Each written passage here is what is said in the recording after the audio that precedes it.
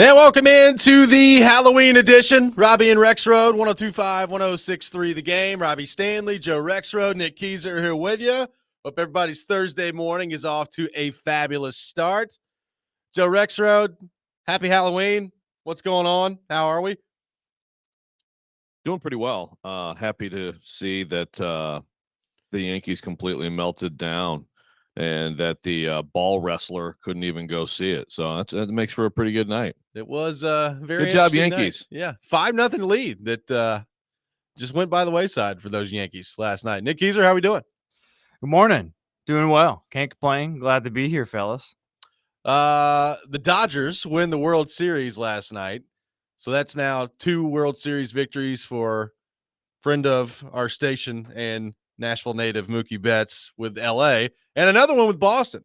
So 3 World Series titles for Mookie Betts. Dodgers get it done last night. Shohei Ohtani gets his World Series. How about those Dodgers? 5-0 lead for the Yankees, and then all of a sudden that lead evaporated pretty quickly in the 5th inning, and the Dodgers end up getting it done at the end of the night, and they win the series 4-1, win the game last night 7-6. Just the Yankees, Joe, got their one shining moment the night before, and then a total collapse in the 5th inning last night. Yeah, we should have T-ball level defense. You hate to see it, don't you? It's not very good.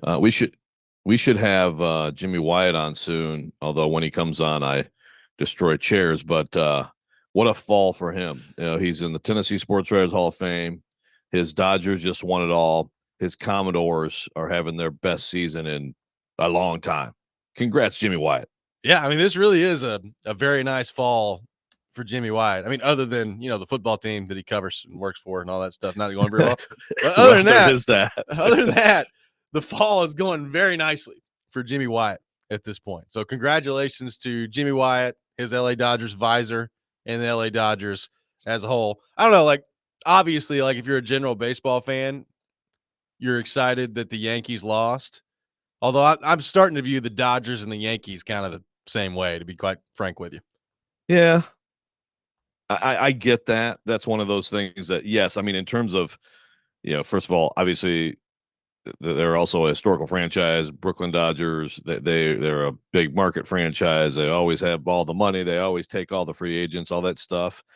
But man, the hateability to me, and this is just me growing up. I didn't care about the Dodgers. I hated in the AL East. I hated the Yankees. So I can't get to there. But I understand how some people could. Freddie Freeman, World Series MVP. Nice job by him throughout this postseason. Did not get beamed last night, and Kuharski, his hatred for Freddie Freeman, not enough as he wins the World Series MVP, and they get it done. So congratulations to the LA Dodgers for winning another World Series last night. Joe, the Predators taking on the Edmonton Oilers tonight. Connor McDavid out 2 to 3 weeks with an ankle injury. So we figured when he flew back from Columbus to Edmonton that the Predators would not be seeing him tonight, and he'll be out 2 to 3 weeks. So an opportunity tonight for the Preds without the best player in the world to have to go up against to take on Edmonton. Now, they do still have Leon Draisaitl and Zach Hyman and Matthias Ekholm and all these other players that are very, very good. But obviously, Joe, a big break for the Predators tonight, not having to take on Connor McDavid. Yeah. Now, I would argue Leon Draisaitl actually in recent years has become the best player in the world whenever he sees the Preds. He loves Bridgestone Arena. But he also has had McDavid with him, right? I mean, on the team, as a part of the game. So, and obviously that ridiculous power play. So, the Preds, it's a little bit of a break for the Preds. Isn't 2 to 3 weeks a little bit of a weird diagnosis for an ankle? Yeah, there's some speculation that it's a high ankle sprain. And then it might be longer. It might be, I don't know. It's, it's hockey, so it's different. It's not like you're on skates, you're on a blade. It's not like you're pushing off, running and doing something. But still, I don't know. I had the same thought. I was like, ankle in 2 to 3 weeks. Interesting. And then I wondered, the Predators play them again here in a couple weeks in Edmonton. Is he going to be back by then? Are you going to dodge the Connor McDavid bullet in 2 out of 3 matchups if you're the Predators? Because that would be very fortunate if you did that. Yeah, and if you could win those, and that could matter at some point. Yep, and they're off to Edmonton's 4-5-1.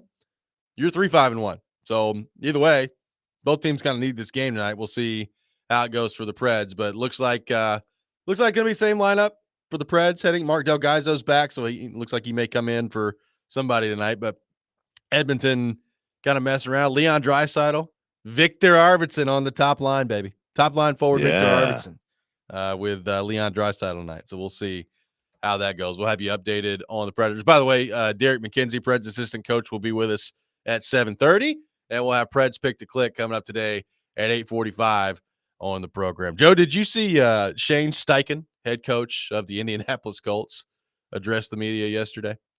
Yeah. It was quite It was something. It was something. It was quite something.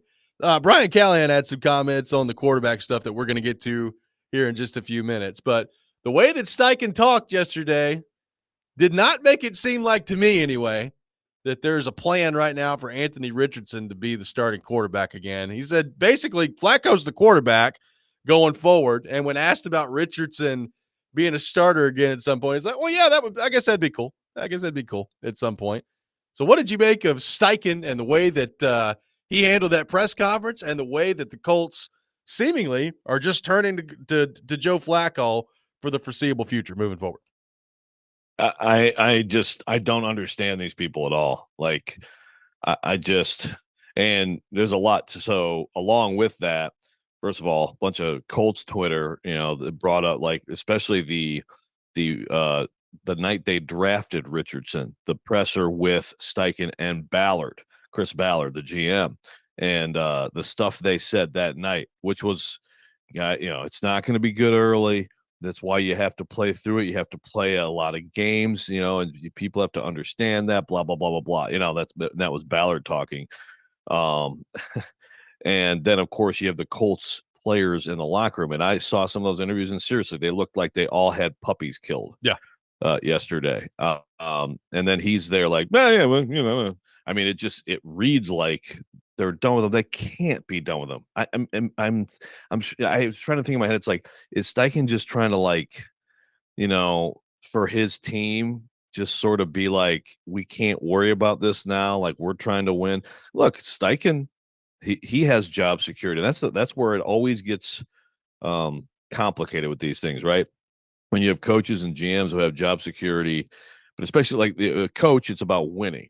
Now, to me, the GM job security for Chris Ballard should be gone if they're even considering moving on from Anthony Richardson. He blew it. He's gone, right? That should be over. But Steichen, I guess, just is like trying to send a message to the locker room, like, let's not be distracted by the quarterback situation. This is the quarterback. Let's win. I don't know. But to me, that's still sacrificing. I mean, I would argue they've already done much to mess up Anthony Richardson's confidence, and that, to me, is another way to do it. I will say the Michael Pittman press conference was pretty funny yesterday. Hey, Michael, when did you find out that they were making the switch to Joe Flacco? Well, I looked on Twitter. I saw it. It's all you guys. And then I called somebody to ask if it was real. Turns out it was. That's what Michael Pittman basically said yesterday. Did you see the Zaire Franklin podcast? I did not. Thing? Yeah, he's talking about Richardson. He's like, then he gets up there. He's like, I'm not going to lie. Just like we said. Please do. Yeah. Just don't say it. I mean, yeah, again, it's hard for me to buy that that's not part of this. And I get, who knows? I mean, maybe in the locker, even though it seems like everybody's not thrilled with this, maybe there was a lot more in the locker room of like, are you kidding me? Than we know, maybe so with the tap out, but they have absolutely goat bleeped this whole thing. I mean, my goodness, it's quite something. 615-737-1025, our phone number, 615-737-1025. Speaking of quarterbacks and patience and a lot of things we've been talking about this week, Brian Callahan had some interesting comments to that regard yesterday. We'll get into those coming up next. You're listening to Robby and Rexrode, 1025, 1063, The Game.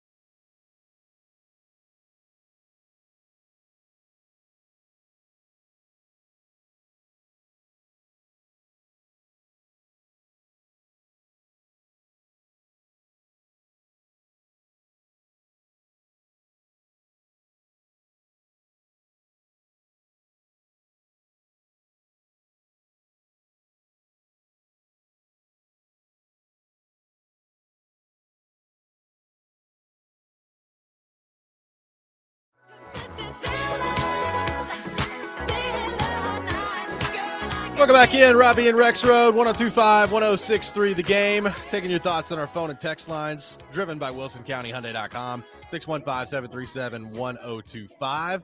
We are live from our Busy Bee Plumbing, Heating, and Air Conditioning Game Nashville studios, home of the $99 yearly Beehive membership, where the buzz is always about great service. Anthony Richardson to the bench in Indianapolis.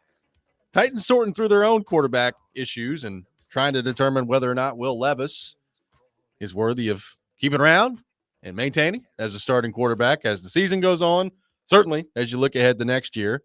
And Brian Callahan was asked about quarterbacks, patience, all those things in the NFL that we've spent a lot of time talking about this week here on the program. Had a very thoughtful and interesting answer. Here's what Titans head coach Brian Callahan had to say yesterday at his press conference.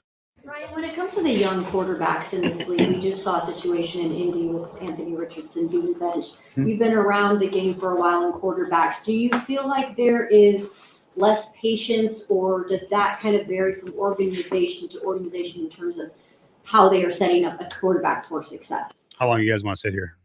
I was just saying, probably have a great long answer on that. No, I think there's a lot of things that go into that. There is, and I think before I speak on any of it, I think every situation is a little bit different.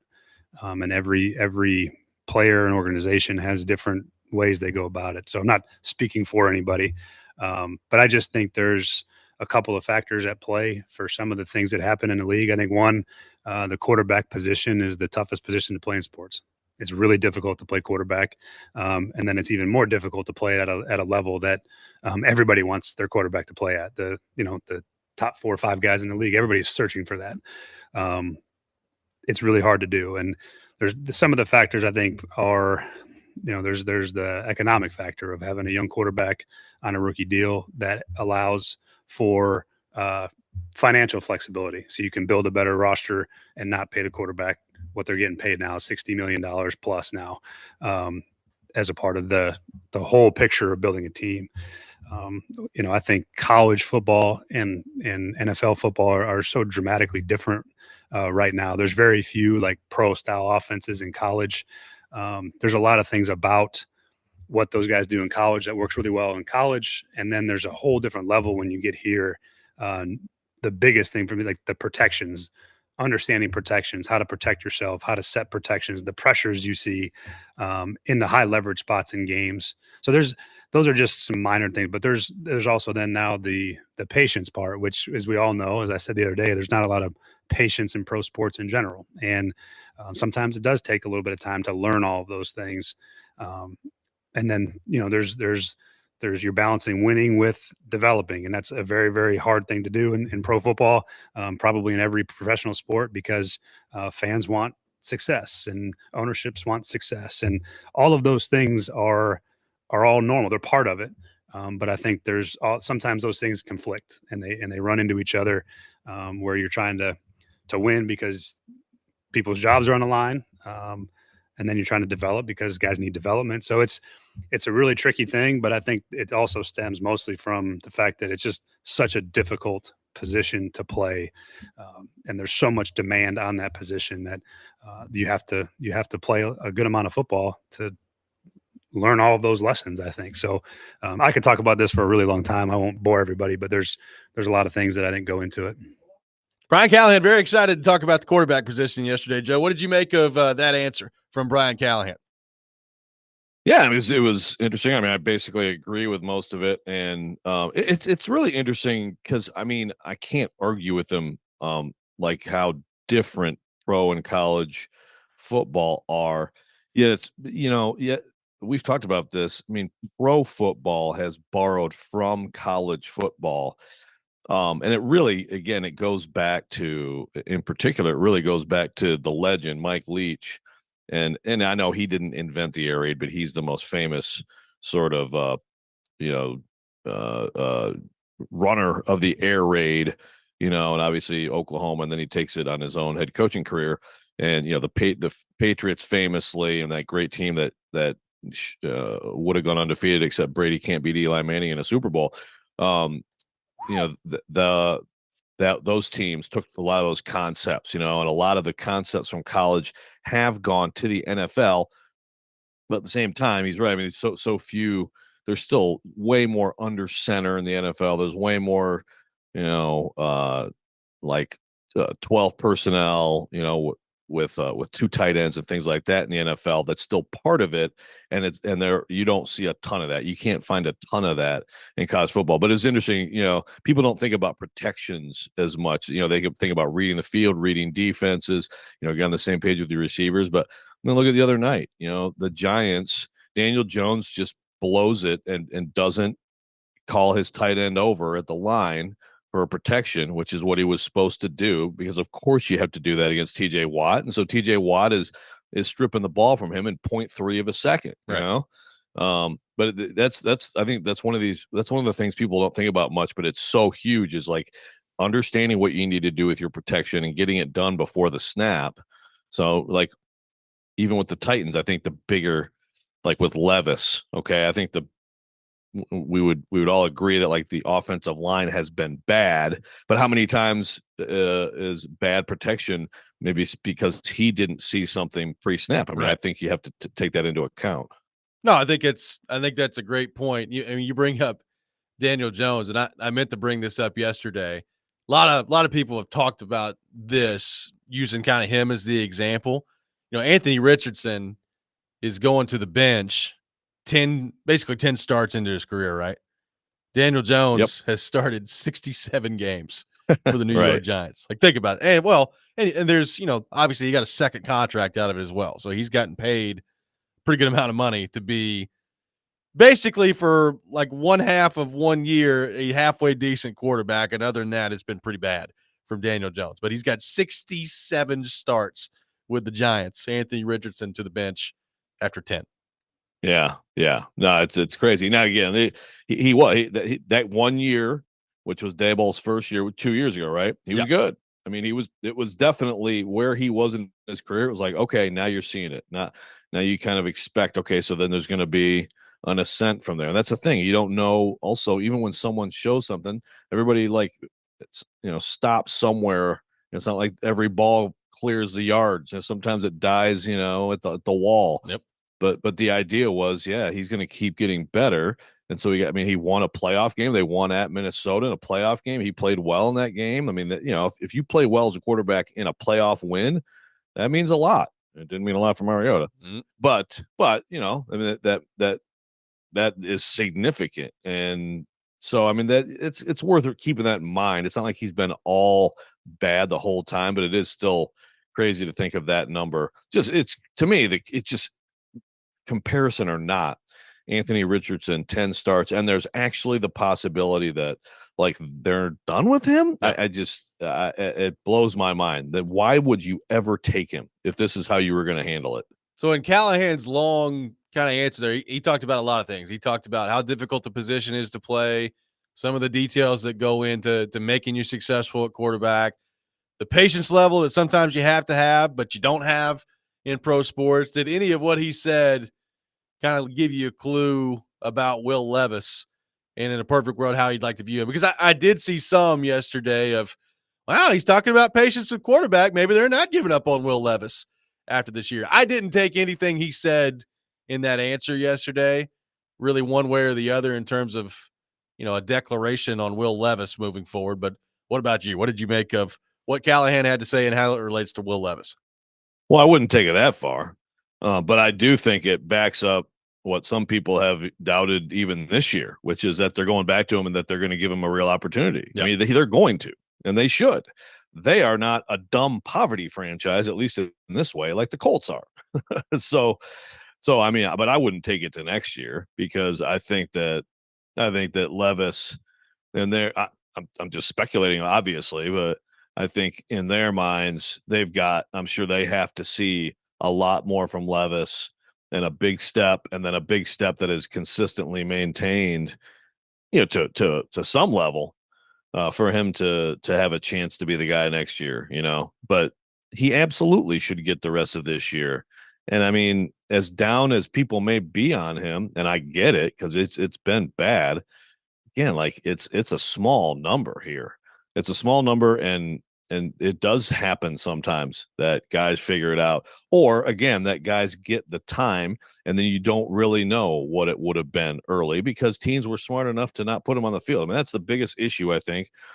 Like the Colts, look, I agree totally with what Stilly said yesterday on another crushing loss to me and Jared versus Joe.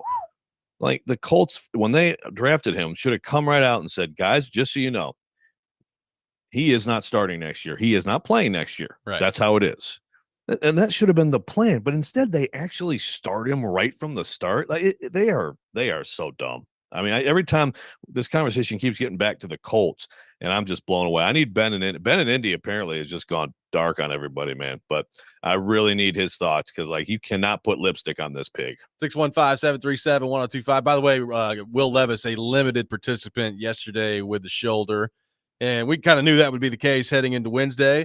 And Callahan talked yesterday. It'll probably be more, determining his status for Sunday will be, all right, after you practice Wednesday, how does the shoulder feel Thursday? How does the shoulder feel Friday after you put it through some work? So we'll keep an eye on Will Levis and what his status looks like for Sunday's game against the Patriots. Some interesting comments yesterday from a Titan that it's going to be really important to figure out a solution to keep him going as they move forward here. We'll get into that coming up next. This is Robby and Rexrode, 102.5, 106.3, The Game.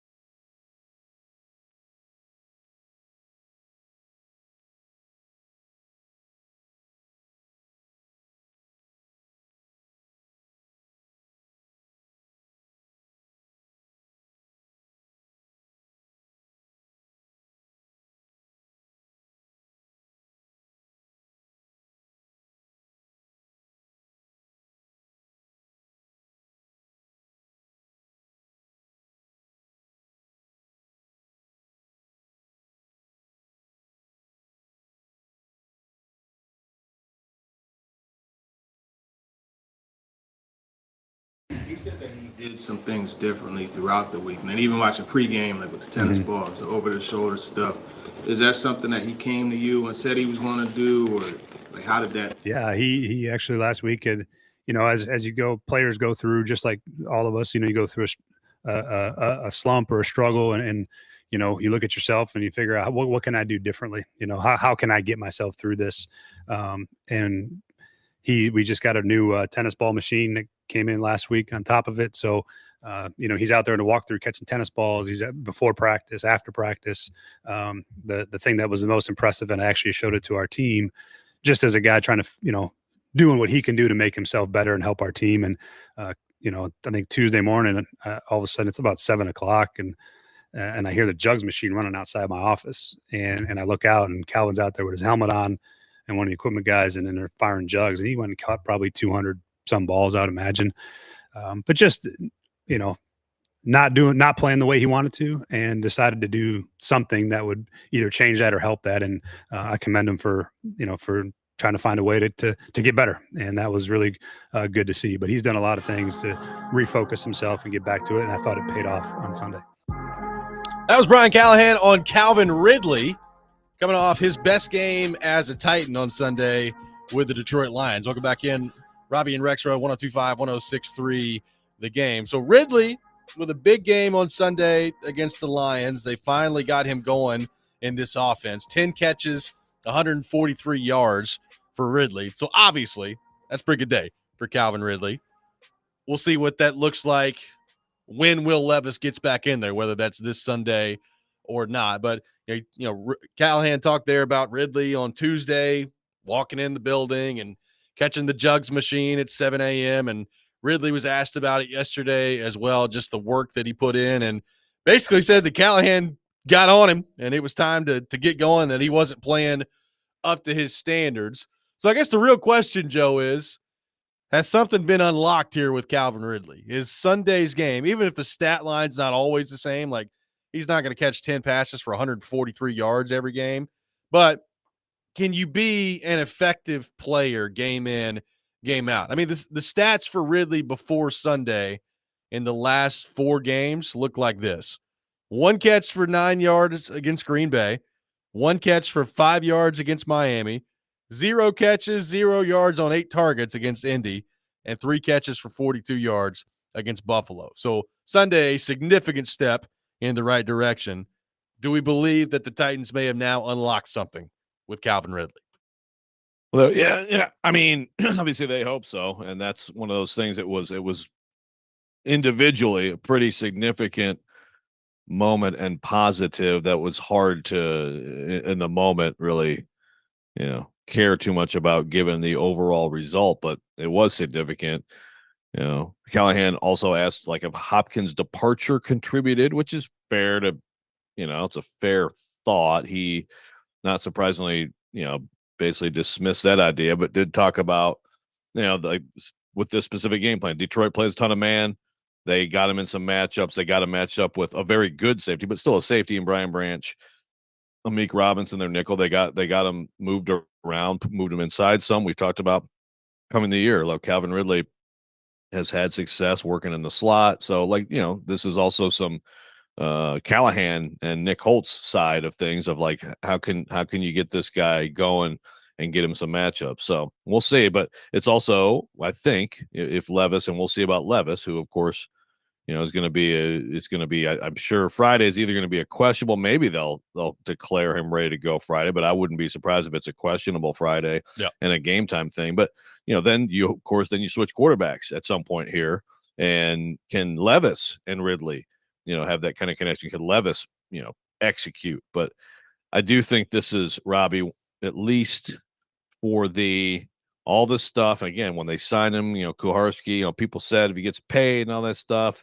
he's just not going to. I mean, good for him for like doing extra stuff and then seeing it pay off, right? I mean, that's got to mean something. I know right now a lot of Titans fans are like, I don't want any positive storylines, but the bottom line is, what if this team is going to get out of this in the next couple of years? I mean, he's going to be part of it. He's got to be part of the solution. Yeah. So you need him to care and do extra, and then produce. And so at least for 1 week that happened. Well, one of the things beyond the production, just in terms of 143 yards, pretty darn good game for a wide receiver. What stood out to me is they attempted to get him the football often, and they got it to him, right? Heading into the game, he had been the catch percentage for Ridley heading into the game in 5 out of their 6 games had been below 50%. That's not what you're looking for, right? Like we've talked about that.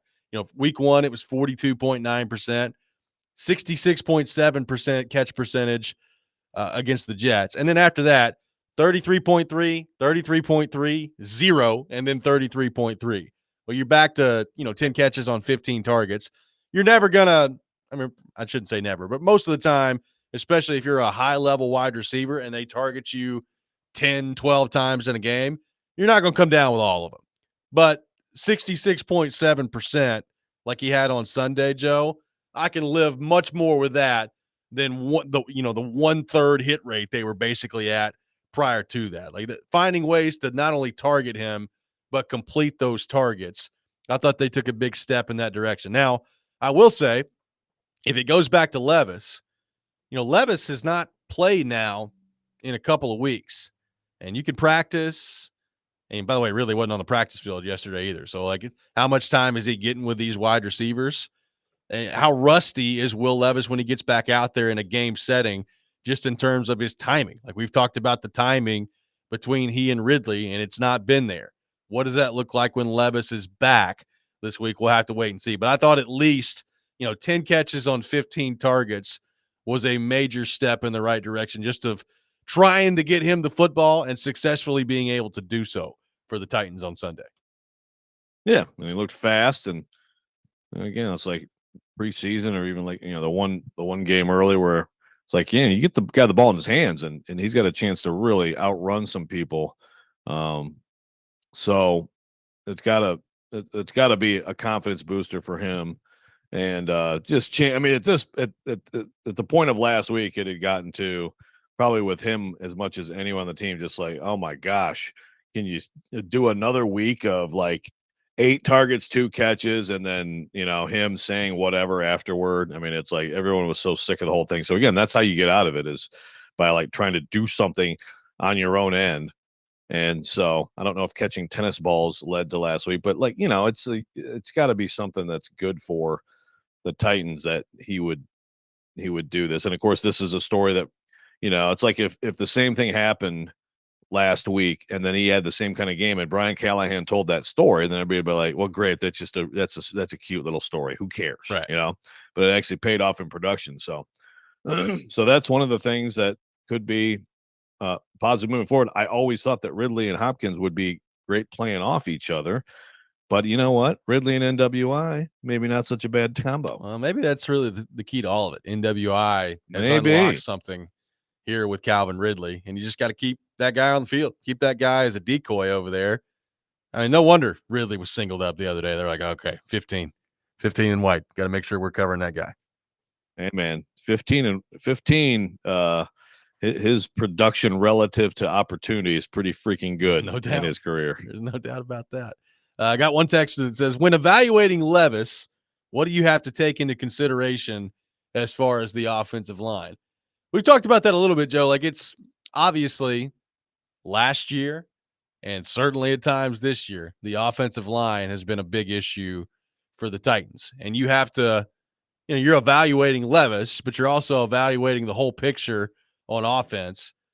I don't know how much that has to factor into your evaluation. I've said this before. Like, at some point, you got to overcome and make some plays regardless of what your circumstances look like if you're Will Levis. But, I mean, you certainly just can't totally ignore the level of offensive line play either. But what you brought up earlier is a good point too. Like, and this is something that Brian Callahan would have more answers to certainly than we would. But how much of some of the offensive line struggles been on the quarterback and not recognizing what's going on up front and the protections and all that? I can't sit here and answer that from my chair, but Brian Callahan certainly has to take all that into account.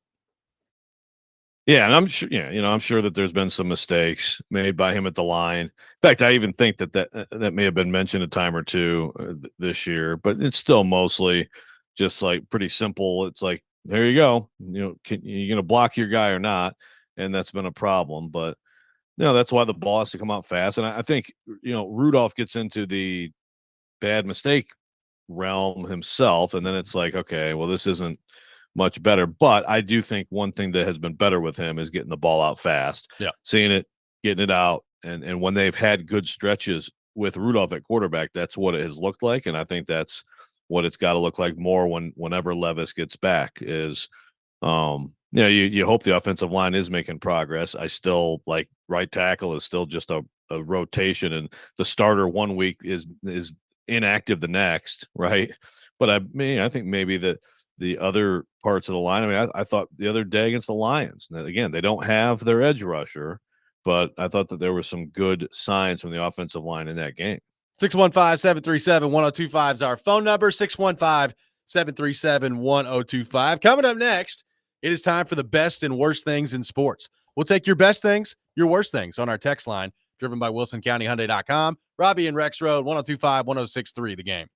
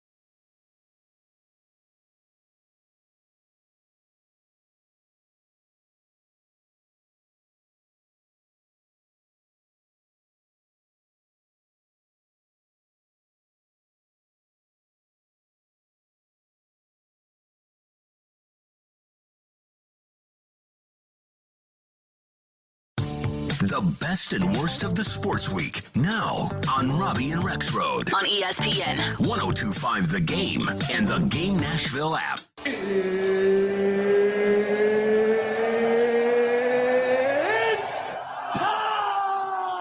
This is the worst. You look like you're feeling sorry for yourself. You believe in miracles? Yes! Unbelievable. He's one of one. He is him. This is a Coke bottle. It's not a crystal ball. When I woke up this morning, I was feeling pretty dangerous. Okay, let's go. It is that time of the week. Time for the best and worst things in sports. We'll take your best things, your worst things on our text line driven by WilsonCountyHyundai.com. 615-737-1025. Joe Rexrode, kick us off with your best and worst things in the world of sports. Joe's going to mute for the first time today. Oh, my goodness. How about that? It's been so long. So it really has been. I'm really not. I don't have a muting issue anymore until then. But I'm going to change, and I'm going to credit Santa in Portland because I was going to do college basketball, but I can just do that next week after we've had a few games. Monday night, opening night, Baylor Gonzaga. Get excited. And then for the next 4 months consecutively. Oh, you better believe it, baby. But, my best is going to be Jaden Daniels stepping back and launching a Hail Mary as Tyreek Stevenson taunts Commanders fans. And probably the best part of the best is all of the different videos I've seen since then of Bears fans absolutely crumbling to the ground. We are in a text thread with Ryan from Chicago and, of course, our friend Michelle Perry, Knezeval. And I wish we had. I can't believe she didn't send video of him. I would have loved to have seen it. I mean, that must have been amazing. So absolutely love it. Can I get my Bears drop? Can I get my Bears drop, Keezer? I mean, this is for my best in sports. I need my Bears drop. You caught him off guard. He's looking for it. Okay. In the meantime, my worst is the Titans special teams against the Lions. I mean, it's the worst special teams performance I've seen that I can remember by a team in a National Football League game. You're talking about 3 long returns and another one that was taken back. And I mean, it is some kind of ticky-tack, penalty. It should have been 4 probably. Yes. It's absolutely embarrassing. I mean, whatever your explanation is, there is no viable, reasonable explanation for that special teams performance and really for this team special teams performance all year.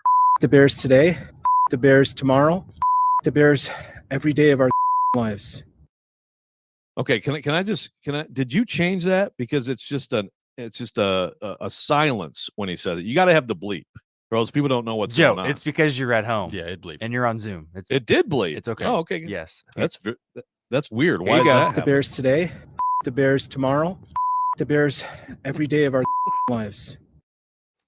So Zoom doesn't play bleeps? I don't know. It definitely bleeped though. Audio's I just can't confirm. distorted. I can confirm. Okay. Didn't bleep. Well, thank you. Thank you. Let's keep that ready. Let's keep that at the ready. I think that cheers everybody up in any moment. Thank you. Nick Keezer, your best and worst things in the world of sports. I'd say the best thing. How about Jameis Winston getting a start and a win for the first time since 2022? He had 334 yards, 3 touchdowns, I want to say. Man, and a great pregame speech, Yeah, it was quite something. Jameis was locked in the pregame. Absolutely. Absolutely. My worst thing in sports, really quick, I kind of heard Unsportsman talking about it this morning, but the Jets, golly, what are they doing? Are they going to be sellers after this game coming up this weekend? I mean, they're already 2-6. I mean, I saw some writers talking about, hey, would we possibly see Devontae Adams be shopped around once again? I mean, I highly doubt it, but Devontae, good to see you. Now we're sending you somewhere else. Exactly. It's like that Simpsons gif of the Grandpa Simpson walking in and out of the door. So I don't know, but the Jets are in one right now. They definitely suck. So we'll see what they end up doing. And Aaron Rodgers just doesn't look like himself, man. Yeah, you hate to see it. You really do. You hate to see it up there in New York. We're broken up about it. Yeah. Meanwhile, by the way, big game coming up between the 6-2 Green Bay Packers and Detroit Lions on Sunday. So, Aaron, I hope you have fun watching that from home. My best thing in sports, first off, I just want to preemptively send our apologies to the people of Germany who a week from Sunday are going to have to sit there and watch the New York Giants take on the Carolina Panthers in the NFL Munich game. Congratulations to Germany. I hope you enjoy whatever show that's going to be on Sunday. But one thing you will get to enjoy is my guy, Xavier Leggett, and the personality that he brings to the table. Xavier Leggett yesterday was interviewed in the locker room and was discussing, food possibilities in Germany, and then basically went through foods that he doesn't like here, and it was glorious. Here's what Xavier Leggett had to say yesterday. I just hope they got some good food. I'm a picky eater, so I just hope they got something I can eat. They have good chocolate. I don't eat candy like this. Well, what are your no-goes? You say you're a picky eater. What are your no-goes? Yeah, I don't eat seafood. I don't eat like peppers and onions and all that. I don't really eat vegetables like this. What? So you eat like pizza? Yeah, and like I just started eating asparagus. I eat like string beans and green peas. That's not a surprise for some reason. Do they have to be cooked in bacon grease? Do they have to be cooked in bacon grease? No. It ain't like that. Pasta? Yeah, I eat some pasta. Okay. Yeah, I eat some pasta. Chicken, steak, all the regular stuff. Yeah. No seafood though? No, I'm allergic. Oh, okay. Well, we'll give you that one. I don't know that I've ever loved a human being more He's than the Xavier best. Leggett. I love that He is guy. the best, man. I ain't doing seafood. And I'm allergic to it. His Well, that's the thing, pronunciation like, of asparagus was maybe the greatest thing I've ever heard. Well, he's from the low country, and it's like no seafood. I know. I actually feel really bad for him. Be allergic to seafood from where he's from. But man, he is absolutely the best. Oh, that's a great best. I love that guy. Congratulations, Germany. The game might suck, but at least you get to watch him. Hope you interview him as much as possible while he's over there. My worst thing in sports, did you guys see the Dwayne Wade statue that the Miami Heat unveiled outside the arena? Now, I'm a big, as you both know, I'm a big Miami Heat guy. Dwayne Wade, my favorite basketball player of all time. He certainly deserves the statue outside the arena. It may be the worst statue I've ever seen. And it's from the moment of him like standing on the scorer's table saying this is my house and all that. So he was pretty animated when he was doing that back in his playing days. The statue looks nothing like him. Like, it's pretty hilarious. And, he said all the right things and all this stuff and about how he loves it and he's animated and all this stuff. It was pretty funny to watch Charles Barkley the other night. Like, yeah, it's a great honor to get the statue, but they got to take that thing down. They got to take that statue down and come up with something different. The Dwayne Wade statue might be the worst one I've ever seen, Joe. So about 20 years ago at Michigan State, they unveiled the Magic Johnson statue. And it was it's like an awesome looking statue. And then it's like, oh, and Morgan Freeman is the face. Okay. And of course, like Magic has made jokes. But I don't know. I mean, I guess just it's hard to, but I've seen some statues where the face kind of resembles the person. Yeah. Like, it doesn't have to be perfect, but you can also get it like somewhat close, Like, the thing about this statue is it makes him look fat. Like, the face is really fat. And now people are photoshopping the statue's face on like all of his pictures from his playing days. And like they made him into Thanos the other day on social media. Like, it's pretty funny. Statue's pretty bad. Yeah. But you know what? If you get a statue, I think it's one of those things where can you really be picky about it? I think when it's that bad, you might be able to. Well, maybe you can. I think you might be. Maybe if you're Dwayne Wade, you can. Ty on the text line, going back to Xavier Leggett, says that's the countryest dude I've ever heard. I think I might agree. It's a wonderful accent that I don't feel like the NFL utilizes enough. Thank you for saying that, Ty, because now you remind me of the SEC media days where Adam Sparks asked questions and someone tweeted, Tennessean writer is countryer than a hit possum. And now I'm imagining Adam Sparks interviewing Xavier Leggett. My God, what a glorious moment that would be. It could be so awesome. Keezer, hit me with that asparagus drop one more time. What? So you eat like pizza? Yeah, and like I just started eating asparagus. Oh, God. I love that guy. 615-737-1025, our phone number. 615-737-1025. We got a Joe Rexrode edition of some college football questions coming up next that I'm excited to answer and that I do not know what he's about to ask. So I'm looking forward to it. This is Robby and Rexrode, 102.5, 106.3, The Game.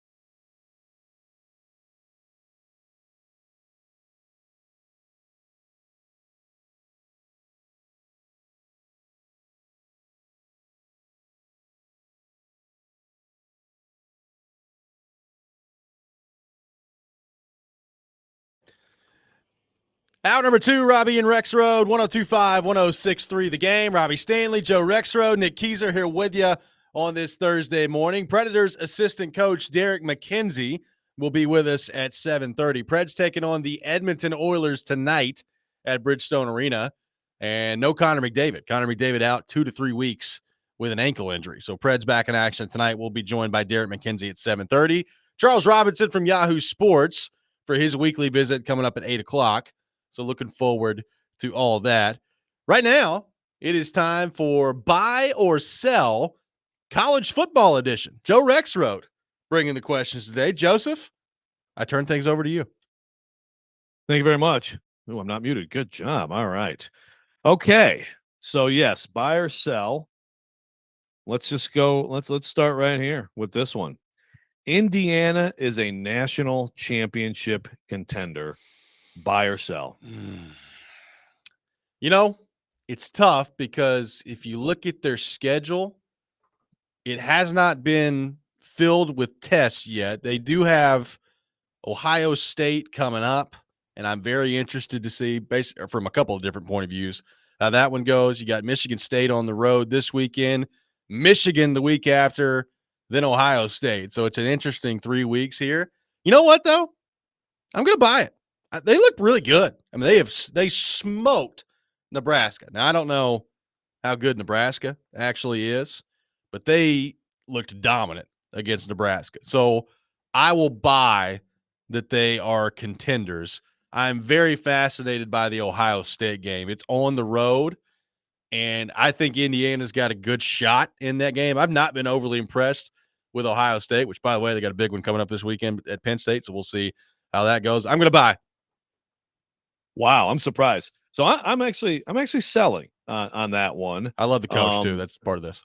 Well, yeah, so do I. He's awesome. They're awesome. It's a great story. I think that they have a great chance to get into the playoff. I think, to me, if they don't get upset, if they're going to get Curtis Rourke back this week, which they're supposed to at Michigan State, I don't think they'll lose that game. I think they're going to hammer Michigan at home. So I think basically if they play a close game at Ohio State, they're in good shape. Now, of course, then you still have, well, see, but that's the thing. There's a lot to, who's going to be in the title game. Right. Some of these tiebreakers are just going to be idiotic. Just wait for that, folks. If you aren't ready for some of these tiebreakers we're about to see who gets into conference title games, oh my goodness, it's an all new, my God, this sport's so dumb situation coming up. But I'm selling as a actual title contender, and it's really not because the helmet says Indiana. It's just, I mean, I still look at their roster and it's like, I can't believe that low of a quotient of 4 and 5 stars could actually go through and win the thing. They're an amazing story. Yeah, and I think I like their chances to be in the playoff, maybe even win a game, but I just can't buy them as an actual title contender. But maybe I'm wrong. I'd love to be wrong. I'm calling as we sit here today on Halloween. They're beating Ohio State on November 23rd. You heard it here first. Okay. Well, look, I will say this too. That's not the way they looked against Nebraska. Their offensive line is shredded with injuries. Ohio State's. I mean, if Jimmy Frank can't pull this one off this way, he's never going to beat them again. Okay. Similar question. Tennessee is a national championship contender. Buy or sell? Oh man. I mean, right now, with the way that their offense is playing, I think I have to sell just because their offense has been so inconsistent. Thing is, though, and I saw this stat the other day, their defense, I don't know if we're talking enough about how good their defense is. Like we all know their defense is good. Their defense has given up fewer than 20 points in every game. You know how hard that is to do in college football?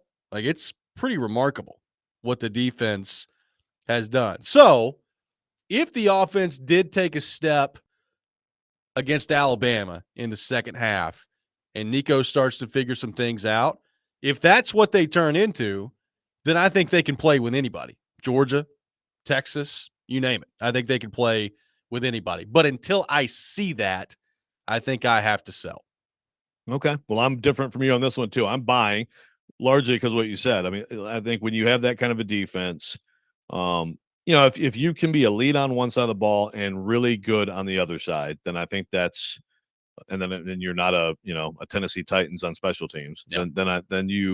I think you have a chance. And I do think that they're pretty freaking close to a lead on defense. And I still believe there's a lot more for their offense, and that second half for Nico against Alabama could really be a spark. There's still questions with the O-line and with the receiving core, but I'm buying. And part of it is, we're going to see them at Georgia in a few weeks here, a couple weeks here. And that'll be, telling. And I still think Georgia's as good as anyone. I still like Oregon right now is number one. Yeah. They haven't not done unbeatable. anything. No, they're not unbeatable. I mean, Boise State almost beat them in their house. So I do buy on Tennessee. Okay. The Heisman Trophy will go to a non-traditional winner this year. Buy or sell? I think I'm going to buy because, running back has kind of moved into non-traditional. And if I had to identify one right now, number one, I think right now, if it ended today, I think Travis Hunter gets it, right? So I think Travis Hunter, until they start losing, which very well could be coming here with the way their schedule is setting up, but right now they're not. Like Travis Hunter, I think we would all agree, is the best player in college football. He's wide receiver and he's corner. So, we've talked about this before. This award has basically turned into the best quarterback on maybe not necessarily the best team, but on a contending team. Like that's what it's turned into in college football, which I think is unfortunate. It really shouldn't be that way. But right now, to me, I think Travis Hunter has to be the favorite right now. And Ashton Genty can't be too far down the list. Now, I still think Cam Ward's going to be in strong contention. There's a lot of momentum right now for Dylan Gabriel out of Oregon as well with the season that they're having. But I think I'm buying. I think Travis Hunter is going to end up winning. So I will buy. Okay.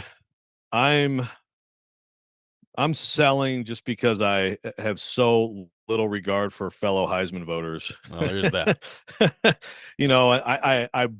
I want that to happen. I've been a non-traditional voter. I've talked before about the outrage I had in 2009 when Ndamukong Suh was clearly the best player in college football. Anybody who watched college football could see it, but Colt McCoy won the Heisman. The year Jason White won the Heisman, for Oklahoma, it was such a system QB year. He was not that good. Anyway, we can go on and on. It goes way back with the QB dominating. You have to have a Derrick Henry type of year, or, Devontae Smith was great. That was awesome a few years ago, and I was so glad to see him win it.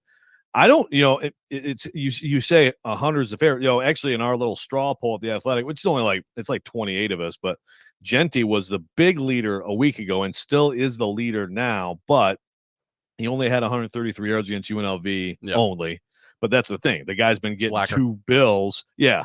And so I think he's right there. I agree with you. Hunter had a huge game. He had like 9 for 153 and 4 pass breakups. And I think he's the best player. I still think you have to do things down the stretch to remind people you're the best player. And I'm with you. And, the thing about Colorado is, they have a real shot here. They don't play the top teams in the Big 12. They have a shot to play for the Big 12 championship. They do. And, if they were to get into the playoff, with the automatic bid, and he keeps playing like he is now that he's past the shoulder, then I think he'll do it. But somehow in my mind, it's like, well, Miami will go undefeated and like Cam Ward will win it, or Oregon will go undefeated and Dylan Gabriel will win it.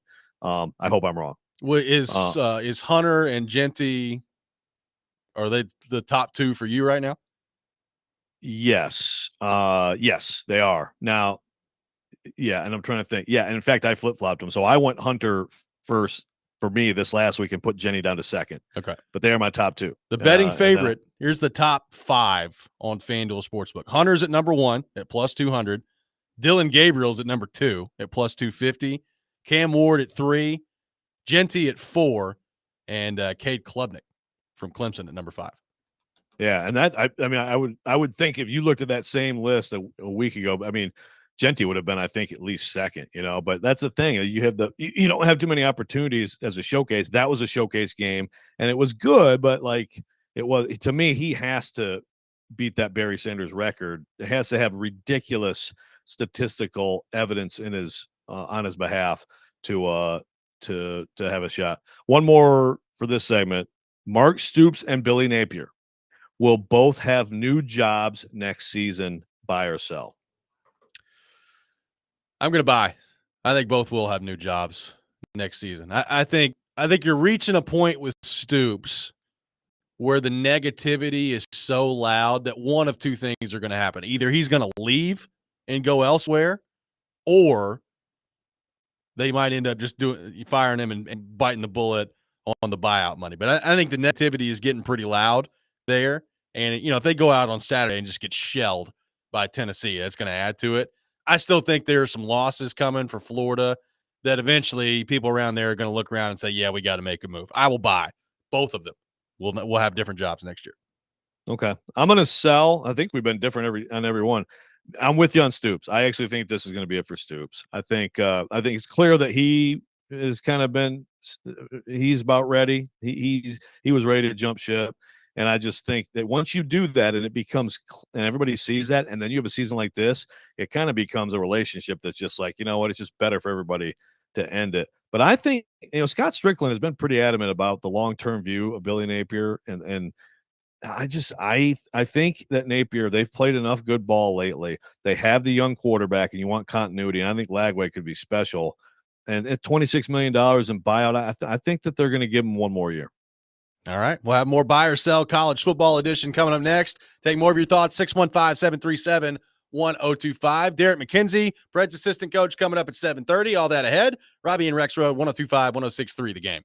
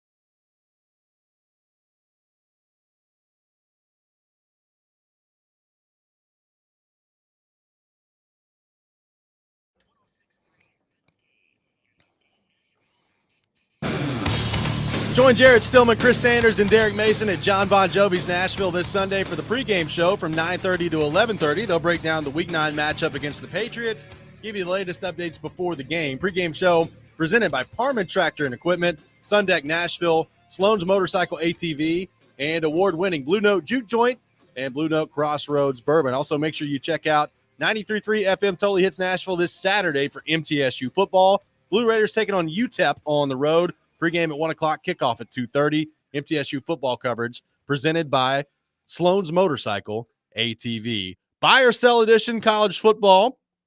By the way, Joe, people want me to get all over you for saying that apparently you said Colt McCoy won the Heisman. He did not. Mark Ingram won. So I'm supposed to get on you for that. Oh, Mark Ingram was 09. Wait, did Colt McCoy not win the Heisman? No. Oh. Okay. No, that's right. That was the Mark Ingram year. It's so weird. I've had, well, all right. Sorry. Hashtag I old smoke brain. weed constantly. Exactly. Okay. Well, Mark Ingram. Yeah. And Mark, that's the thing. That is technically a non-traditional winner. So it should be celebrated. But the thing is, it was a very good year for Mark Ingram. Yeah. You know, it was a very good year, but it wasn't, to me, it wasn't like this incredible Heisman year like Derrick Henry had, for example, a few years later. But okay. Here's another one for you. The SEC will get 4 teams into the first 12-team playoff. Buy or sell? I buy.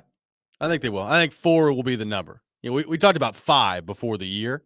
I don't think 5's happening, but I think 4 will happen. So I will buy 4. Okay.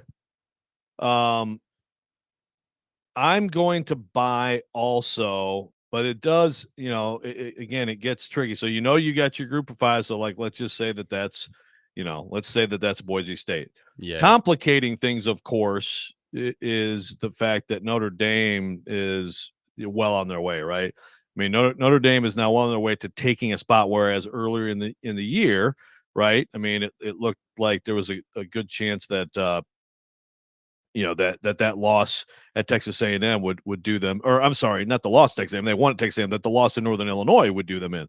So now you have 10, right? So the questions here are, of course, because you have the auto bids with the Big 12 and the ACC, but are you going to get Miami and Clemson in? Right. Or is the Big 12 going to get Kansas State and BYU in? And then, of course, you have your Big 10, right? You've got Ohio State, Oregon, Penn State, Indiana. Yeah. So, I mean, something's got to give on that. For example, right now, our guy, Austin Mock, he does the mathematical projections. He right now has Georgia, Tennessee, and Texas in, but no Alabama, no Texas A&M. And of course, so he has 3, and he's got Indiana, Penn State, Oregon, Ohio State in. It probably is going to come down to SEC and Big 10, which one gets the 4th team. Yes. And that's going to be a fascinating race for that. But I'm going to sell. I'm going to buy with you. I think the Big 10 or the SEC ends up getting it done. Well, by the way, we have an elimination game coming up next week. Alabama LSU. Loser of that's not getting it. That's a straight up, yes, that is a straight up elimination game. Okay, Clark Lee is National Coach of the Year. Buy or sell? I'm going to sell, but I think he's got a good shot. I think Cignetti might get it. If this keeps going well for Indiana, I think Cignetti is probably going to be the one that gets it, but I think you could make a great argument for Clark Lee, but I will sell. I'm going to buy based on them getting to 8 wins. And of course, based on them getting to 7 wins. Okay. Which is what I've got. And I know that's, that's a really interesting comparison because I'm with you. I think Cignetti is probably the leader in the clubhouse right now. And it's also based on Indiana losing a game, which still doesn't change that it's an incredible story. But I still feel like this award, as everybody knows, typically it just goes to exceeding expectations. Yeah. Right. It doesn't go to, you were supposed to be great and you were great. Congratulations. Like Urban Meyer, never won Big Ten Coach of the Year, for example. it goes to exceeding expectations. I still think that Vanderbilt 7-5 beating Alabama, what they just did against Texas, is a more stunning exceeding of expectations than Indiana going 11-1 this year. Not by much, but the schedules are different. Vanderbilt's schedule is definitely, no question, harder. So I'm buying, but I'm with you. I think Narduzzi, friend of the show, also right now needs to be in that discussion. And I tell you, I saw Stephen A. Smith, and at first I was like, come on.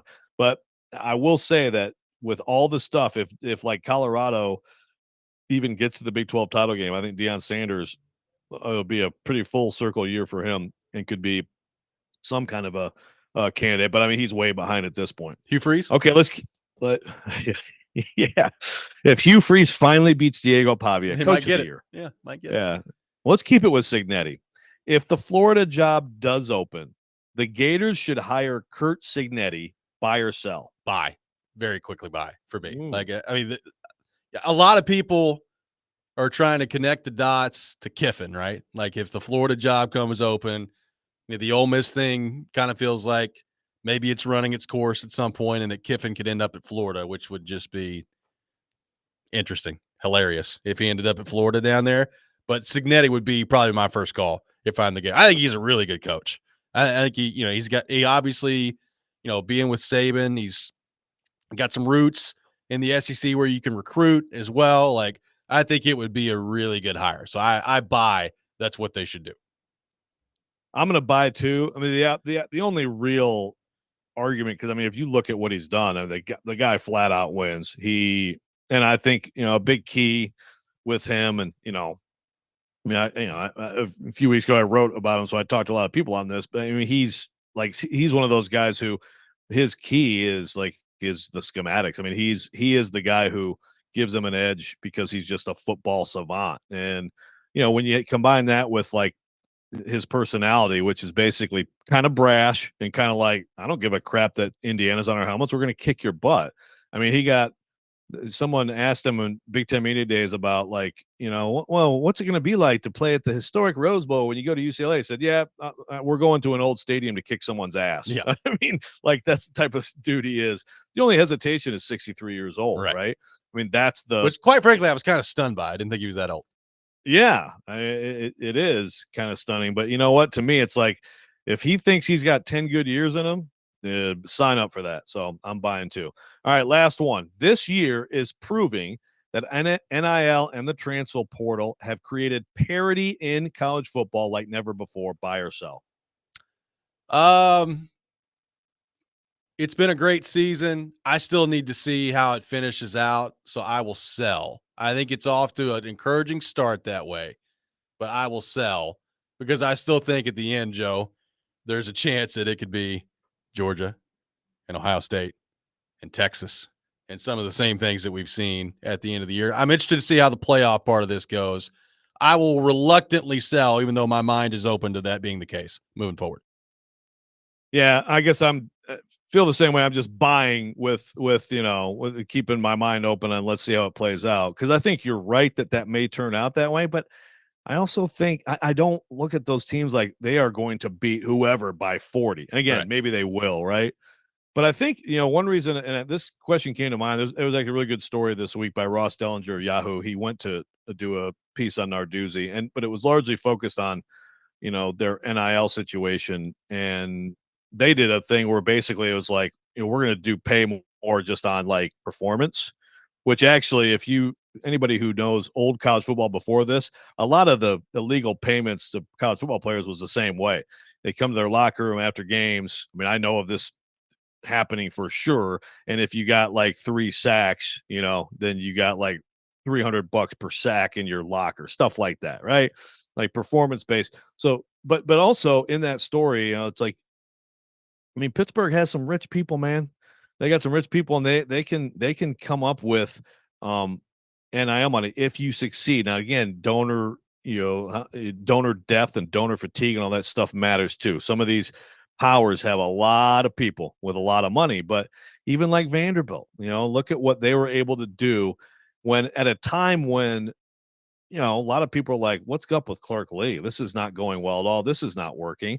And they managed to, Clark Lee and Candace Lee, get the donors like, look, we need to go do this. We need to money and we need to be able to be competitive. They got it. They were. Look at what's happening, And I think that as you see more of these stories pay off, you see that all these teams, if they have people who are willing to invest, you can get yourself a competitive team. And teams like Georgia, like Kirby Smart talked about this week, they have way less depth than they used to because those kids are like, I'll go here and get paid and start, and we can still maybe be a good team. So I think that's what's happening. But yes, I'm with you. I'm still like, let's see how it plays out. We'll be joined by Predators assistant coach Derek McKenzie coming up next. You're listening to Robby and Rexrode, 102.5, 106.3 The Game.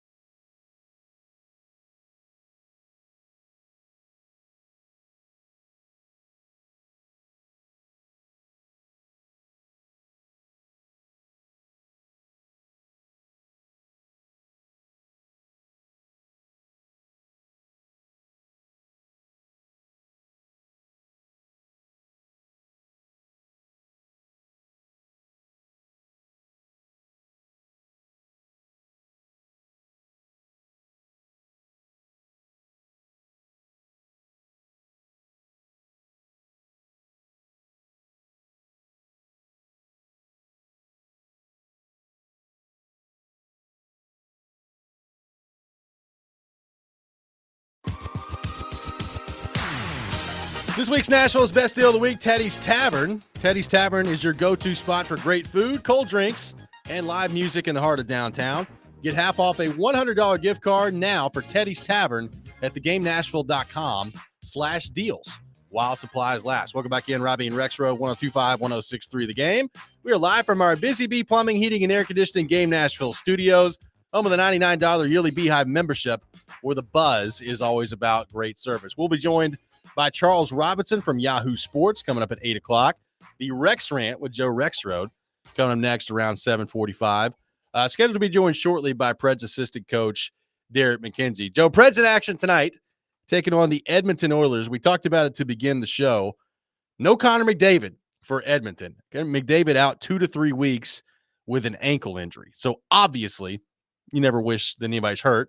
And I love watching Connor McDavid play hockey. But if you're the Predators, not having to go up against him tonight is obviously a big deal. I mean, the guy's the best player in the world. So in order to draw Edmonton and to not have to play him could be a pretty big deal for the Predators. With that in mind, let's go to our 102.5 The Game phone line, driven by WilsonCountyHyundai.com, and welcome in Predators assistant coach Derek McKenzie. Derek, good morning. How are you?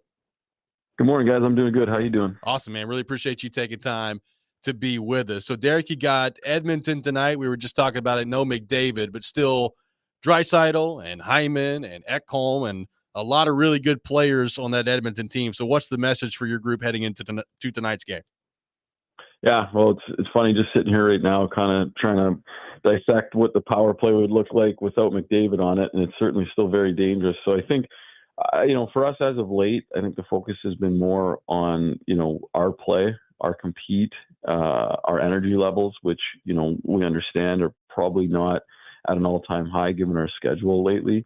So in saying all that, I mean, obviously a great opportunity here tonight to, kind of chip away at a little bit of the debt we're in. I think we just need to play a smart game. I thought in Tampa, clearly was, 3 and 4 nights, not to make excuses.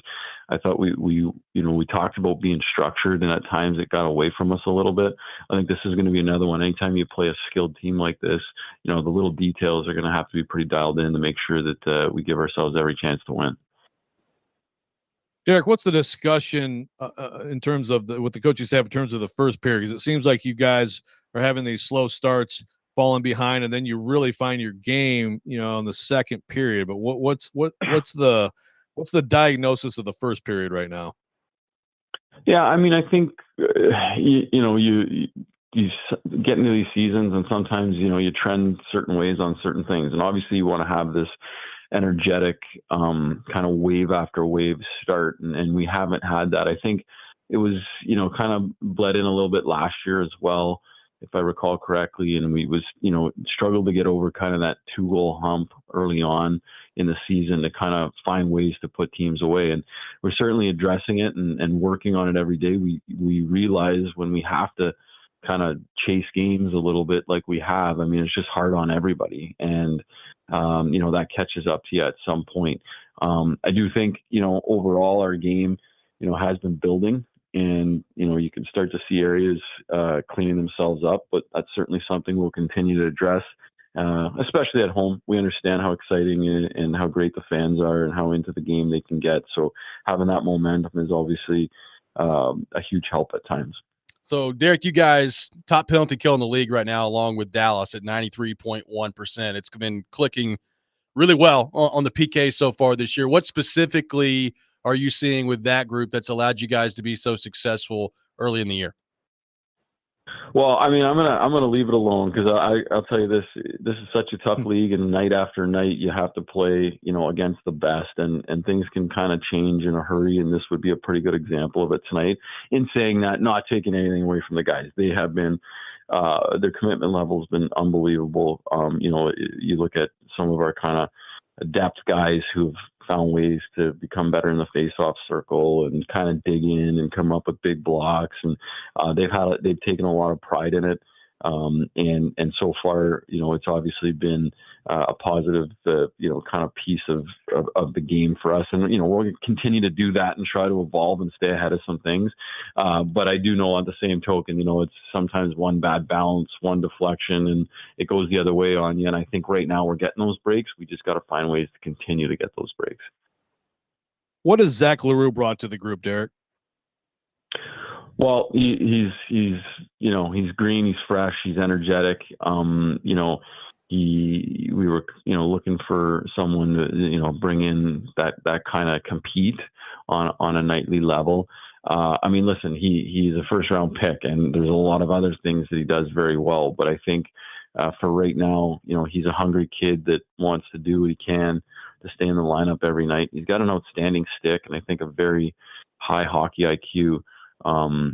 When it comes to anticipating and reading and kind of applying the system that we're trying to put in place. So when you have those tools and then you add the compete, which he brings every night, you end up with, a player that, can play a long time in this league if he wants to. So he's been kind of, injected that little bit of energy on that line and had a good stick. I think down the road, he's going to be, he'll evolve.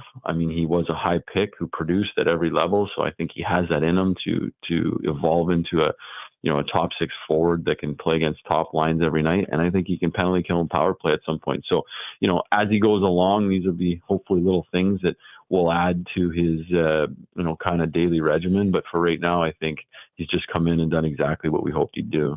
So, Derek, we saw Jonathan Marchessault with the game winner Saturday night. Just a great move in overtime on the 3-on-3. I thought Stamkos looked really good the other night in Tampa Bay. Obviously, an emotional night for him. But do you feel like those two specifically in your forward group are starting to settle in a little bit here? Yeah, I think so. I think, again, it's – the way we play it's fast. It's taxing. It's you're constantly on the move and having to adjust. And I think, those guys coming in, there was no way to prepare for that. I think that can be said for most of our team. It's just by the end of last year, it became second nature, and it's just hard to replicate that. We know as players that you can skate and work out and do all this off-ice training, but there's nothing that replicates a hockey game. And I think that stands true with this as well. There's nothing that replicates or can get you up to speed in the way we want to play. So I think universally as a team, they're digging in to catch back up to where they were last year. I think the guys that we brought in certainly wouldn't have understood, the system or how we play certain situations. So we knew that was going to be a work in progress. They're, you listen to Barry talk. They're obviously serial winners. They're successful guys in this league. I have no doubt that they'll grasp it. And I think when it clicks, everything starts to look a little faster and crisper, and opportunities start to come more often. And we've seen it before, and I have no doubt that it'll happen again for those guys. All right, Derek, last thing for you. Is the mustache still going strong for you? Are you trying to catch up with Philip Forsberg? Well, I'm not going to try to replicate that one. I know he's been molding that mustache for years, but I do have it going. It seems to, be working a little bit here. There may be a Ted Lasso costume in the mix here this morning for one of my meetings. I figured it. Nice. It may work pretty good. So yeah, it's on and going strong, and we'll see where it takes me. Just an absolute beauty. Derek, thanks as always for your time. Really appreciate it, and we'll talk to you soon. Appreciate it, guys. Have Absolutely. a good day. Predators assistant coach Derek McKenzie, our guest here on Robby and Rexrode. The stash is looking good for Derek McKenzie. It's no Forsberg. Forsberg's been doing that for 5 years at this point, so it's a little bit of an unfair advantage. Yeah, Forsberg's is elite, but I like the Ted Lasso. That's a great call here for a coach on Halloween. Yep, with a great stash. No doubt about it. 615-737-1025, our phone number. The Rex Rant with Joe Rexrode coming up next. Charles Robinson at 8:00. All that ahead. Robby and Rexrode, 1025, 1063, The Game.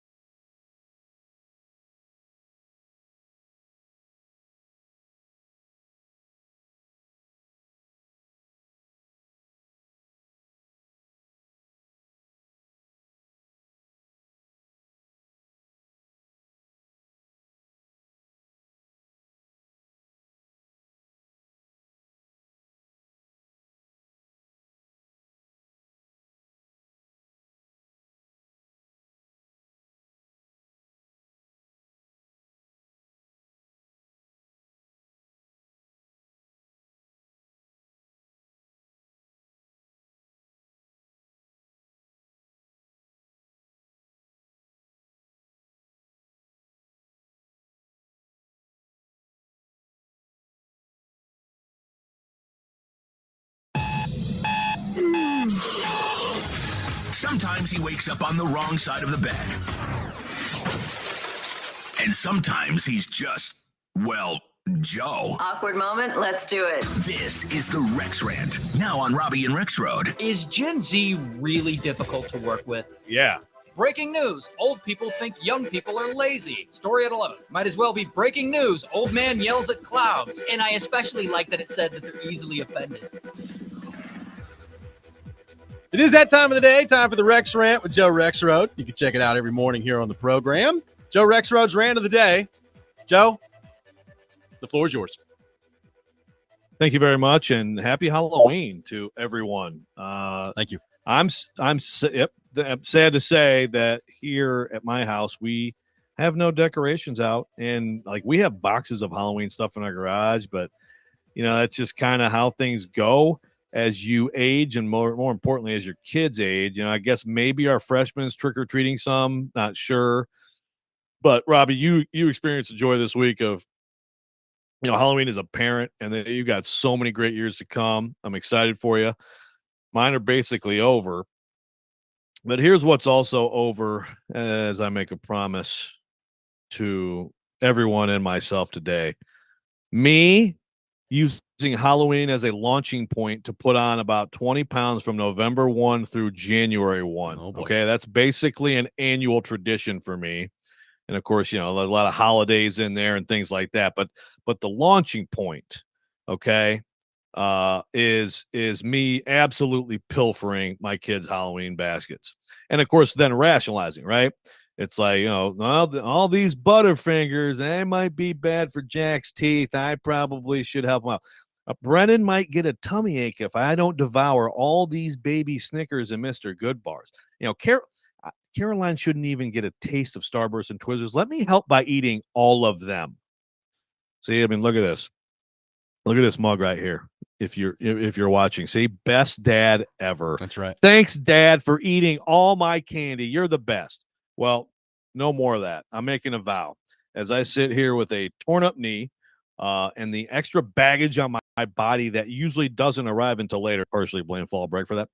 For the first time I've ever gone on it. Bad idea. But I will not eat one piece of Halloween candy. Not one piece. Wow. Okay. And I want everyone who crosses my path to hold me accountable for it.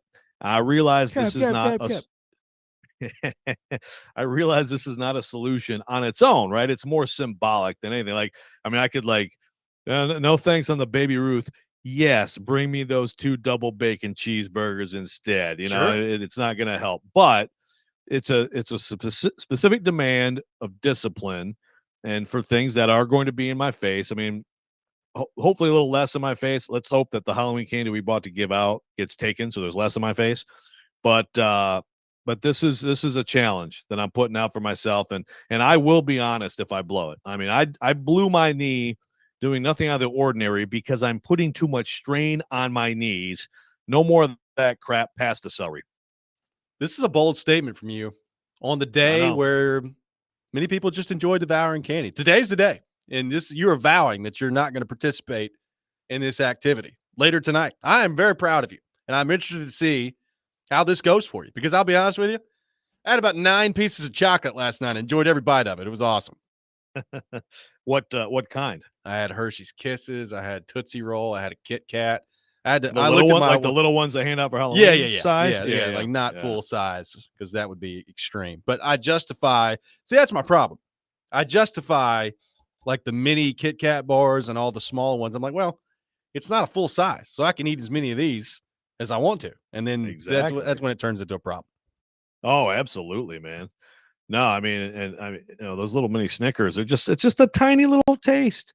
Someone texting, I've heard there are 2 types of people, chocolate candy people and fruity candy people. Which are y'all? Yes. My answer is yes. I absolutely love both. Yeah. We went to a trunk or treat the other night at Drake's Creek Park in Hendersonville, which, by the way, was very well done. Shout out to the city of Hendersonville. But Allison's won. She's walking around in a duck costume. She's getting the candy, but she doesn't care about the candy. Like, she wanted to throw the candy bucket. She wanted to go climb on the swings and the playground and all that stuff. She could not care less about the candy. So meanwhile, there's an entire bucket of candy now sitting in our pantry that's going to go uneaten if I don't do it. So I feel like I have a responsibility to do this. Hey, I mean, it's a great thing. It really is. It's a great thing as long as you can, like manage it otherwise, right? I mean, and that's the thing. Usually at this time of year, for me, some of my healthiest time of the year is like summer ends. You get into the fall routine, and it's kind of, then you kind of know you're kind of preparing. It's almost like squirreling away some health, knowing that the November, December are coming. You know what I mean? So then you feel better about doing that. But yeah, you get older, man, and then you don't have that kind of fall, and then you blow your knee. And it's a little bit of a wake up call. But no, you need to do it. You have to eat. That's your responsibility to eat that candy. Do we have any further update on the knee? Do we have any more new information on the bucket tear of the meniscus? MR 11:30. Okay. So yeah, until that gets read. The only update I can tell you is that I take my painkiller like at the exact minute that I'm allowed to take my painkiller. I'm going to be honest with you. I think Kuharski found a little bit too much joy in your pain yesterday. He seemed to be very excited to talk about it. Yeah, send a tweet about it. But at least he threw out the address for people to send anthrax. So that was nice. Yeah, it was good. I really appreciate that. I really appreciate him just opening it up for who knows what in the mail. But hey, I was legitimately concerned about you. I was. Kuharski did not seem to be so. That's yeah. No, I get it. The funny thing about Kuharski and joking about this is when they were looking at when the doctor was looking at the knee, initially he'd said, "And you don't have trouble with gout, right?" And I was like, actually, I was like, "Oh my God, please let this be a horrible gout attack."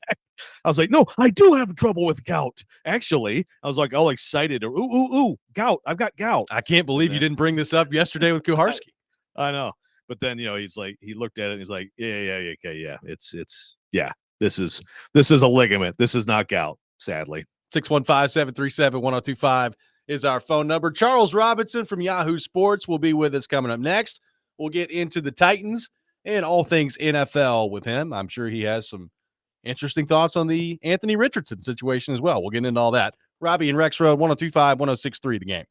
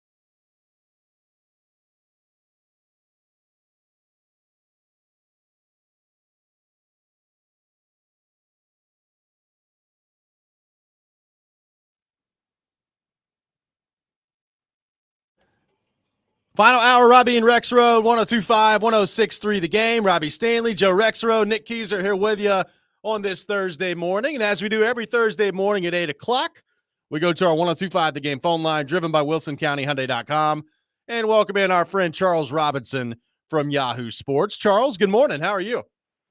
I'm doing well, gents. How you guys doing this morning? Doing great. Appreciate you taking time to be with us on the program. Rexrode's a little late up, though. Got some knee problems going on, Charles. Old age. Yeah. What's going on, Joe? Just old war injury. Looks like a torn meniscus, but it's a walking up the stairs maybe injury. Yeah. Good times. Yeah, it's I don't know, it was probably like a year or two ago. I was outside and I was walking the dogs and I had a bug land on me and it freaked me out and I went to slap it really hard and I tore something in my shoulder. Yeah, keep an eye on you two. It was awesome. It's weird because we were such a picture of health at Michigan State. Yes. So weird. Yeah, absolutely. Back in the Halloween candy eating days. I hear you. That's over for you now, I hear. Supposedly, allegedly. Allegedly. We'll see how it goes for Rexrode on that standpoint. Is it over for Anthony Richardson? How about that for a transition? Nice. The Colts going with Joe Flacco moving forward. Richardson has started a total of 10 games for Indianapolis. He takes himself out of the game for a play last week, which I've never seen before at the quarterback position. What do you make of the situation right now with Flacco and Richardson in Indianapolis? Well, if you're a Titans fan and you want to get rid of Levis, let's bring Flacco in. That's how many bodies does Flacco now have on his resume? They're stacking up. Zach Wilson, he went into the Jets, and all the Jets fans thought he looked better than Zach Wilson. Then he went to Cleveland, and he clearly looked better than Deshaun Watson, took them to the playoffs. Now Indianapolis, he's got a shot, honestly, to take them to the playoffs once he steps in for Richardson. I guess the only way I could really say how this is being absorbed, when I talk to people across the league, I'm like, is this, how do you fix Richardson? What do you guys think of this? Is this over? Pretty much everybody agrees. If they're in the playoff picture, Richardson will stay on the bench. The second they're out of the playoff picture, Richardson goes right back in. So I don't think anybody sees this as a permanent benching. It's just they're in a situation where they want to win football games. Obviously, Richardson tapping himself out was a terrible mistake. It was an even bigger mistake to admit it when he was asked why he did it. But I think there's a little bit of Bryce Young in this. It's let the kid take a step back, breathe a little bit, reset his mind. And it was funny. I actually had one AFC GM said to me, the problem I have with Richardson is his entire career in the NFL. He was learning, but as soon as he started to suffer injuries, it's like he's been rehabbing injuries. Something has been wrong with him virtually since he started. And he's just it takes a lot on you, the mental toll of rehabbing, constantly dealing with this, then trying to learn, go out there, perform, dealing with social media, which, he said as a GM, that's one of the things that over the last few years they've really come to grapple with, is that now dealing with players, social media is such a huge part of how you deal with players, knowing that you can no longer ask them to turn it off. That's what they used to do, is just say, hey, when the season starts, can you guys just disconnect from that world? And it'll be easier for you. It'll be easier for everybody. Just, shut out the noise. He's like, there's no more doing that. It's their lives. It's part of the fabric of who they are. So you have to know how their head is wrapped up and what people are saying, and how much is that affecting them. And, he's like, I'm sure there's a lot of that with Richardson as well. So, I think the problem though is I think Flacco will do well. And I think the Colts have a good enough roster to keep Richardson on the bench. I think they could be playoff eligible, through the rest of the season with Flacco because of who he is and how he operates.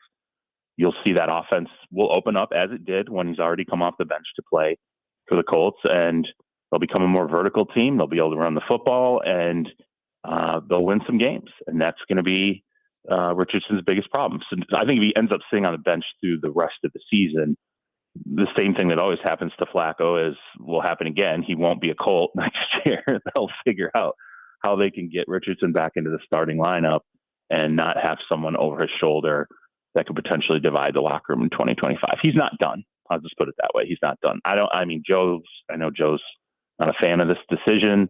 I get it. I understand it. It's sort of the Levis conversation we had earlier this year. It's like winning versus development of a quarterback. And I would argue the grade here is much more steep than Will Levis, because at least Will Levis had played some football. Richardson really has not played a ton of football, and it's the whole Trey Lance conversation. Like, don't take guys who don't play a ton of football. Don't take guys who are constantly hurt, which he was even hurt in high school. He missed portions of his high school career hurt. And that's really what they're juggling right now. Yeah, well, that's the thing. It's like I'm the biggest thing I'm not a fan of is the way they talked about it when they drafted him, which absolutely was right. How you should be thinking of it, and then not following through and saying, "Nah, just start him right away." That's what I'm not a fan of. Like they didn't, so I know that this is part of a bigger discussion, Charles, in this league, but I don't know if I want to call it a crisis, but it's certainly a trend and a troubling one, just in terms of everything being accelerated to the point where people are playing earlier and then they're being discarded earlier, and then they go into the trash heap, and some of them emerge, and some of them who could have had good careers never do. Yeah, and I think what people are grappling with is, whether the NFL is a good place to develop a quarterback that needs a ton of development. It's like if you're going to draft a player who didn't have a ton of college football under their belt, particularly a quarterback, is the NFL a good place to bring a guy in, throw him to the wolves, and then go, well, we're just going to develop him, and eventually he'll turn into what we think he can be. And everybody's always, they think they've got the formula. When they make a pick like this, it's always a team that thinks that they know how to do it. We know how to crack the code. And then it's a horrible roller coaster ride. And I still think teams don't consider the other 52 players on the roster and how that's going to affect. It's in some ways, some organizations are very single-minded about it. It's like the GM is like, here's how I feel about it. And the coaches are like, here's how I feel about it. And then you have an owner that always weighs in, and no one's sitting there going, okay, well, let's think now about the other 52 players on the roster beyond this quarterback, and how are we going to handle the players that I'll bring up Cleveland, for example, going through this Deshaun Watson thing. Everyone's focusing it so much through Deshaun Watson, but when you talk to, other people across the league, they're like, why don't you ask Myles Garrett? Like, why don't you ask the players who are in what's supposed to be sort of the peak of their career, the prime of their career, sitting there feeling like they're wasting time over and over again. Go talk to Joe Thomas about his entire career in Cleveland and how many times he watched the Browns try to develop a quarterback or make a mistake at quarterback and sit there and go, okay, I'm an all-pro again for nothing. like it's just, I'm never going to have the traction where I feel like my career, I reached some of the goals that I wanted to reach. That's I think sometimes that's a conversation that people don't realistically have when it comes to, drafting a Trey Lance, drafting a Zach Wilson, and going, is he ready year one? I told you guys in the past on the show that the Jets' big, admission privately after Zach Wilson flamed out there was they never should have put him on the field as a year one player. He should have been locked up in the garage, and they should have worked on everything they could mechanics wise, making sure he understood the offense, making sure he knew what it, meant every day to be a quarterback when you show up and the things you have to do.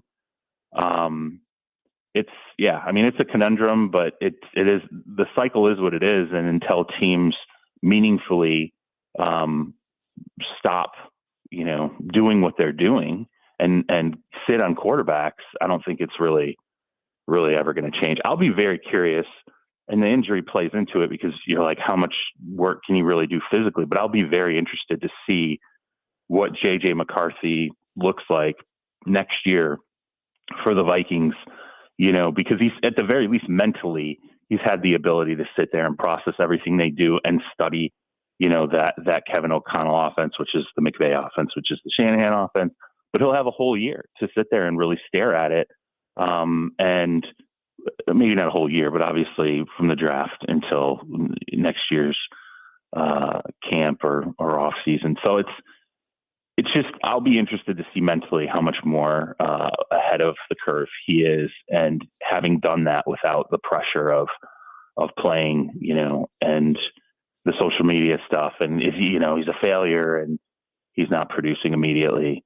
I don't know how you resolve it, but I think it's also it's the same question I was asking Marty Morningwig 24 years ago when I started covering the NFL about how do you figure out how to get a good quarterback? Nobody's ever come up with that answer, honestly. So, Charles, it's reached disaster level for the Tennessee Titans. They get beat 52-14 by the Lions. They had one of the worst special teams days that I think I've ever seen by a National Football League team. They're 1-6. We'll see what Levis's status looks like for this week. But obviously, I mean, they're one of the worst teams in the NFL. How surprised are you that they're as bad as they have been to this point? And do you think right now they are the worst team in the NFL, or is Carolina worse? Carolina's worse. I mean, Carolina at this point is willing to trade almost anyone on that team. I mean, there's maybe a half dozen players in Carolina where they're like, we really don't want to have a conversation about this guy, but everybody else we're probably willing to move realistically, like really actually ready to move on from the vast majority of the roster. I don't think you should feel that way. In Tennessee, there's still quality players on the roster. Of course, I'm shocked. This was not at all what I anticipated, but if you had told me, okay, this is what's going to happen at quarterback, and then also this is what's not going to happen with the offensive line, I thought the offensive line would be much further ahead of where it ultimately was when the season started, in terms of being able simply to protect a quarterback. I thought Levis would. I didn't see some of the things that Levis was doing in games, and just the general problems. I didn't see that coming. I thought there was a step forward that we were going to see at the quarterback spot. It didn't happen, and I think that undermined.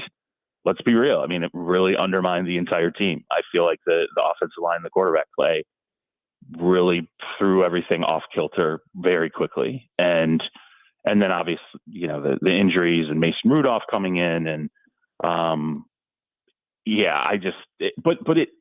still think it is such a simple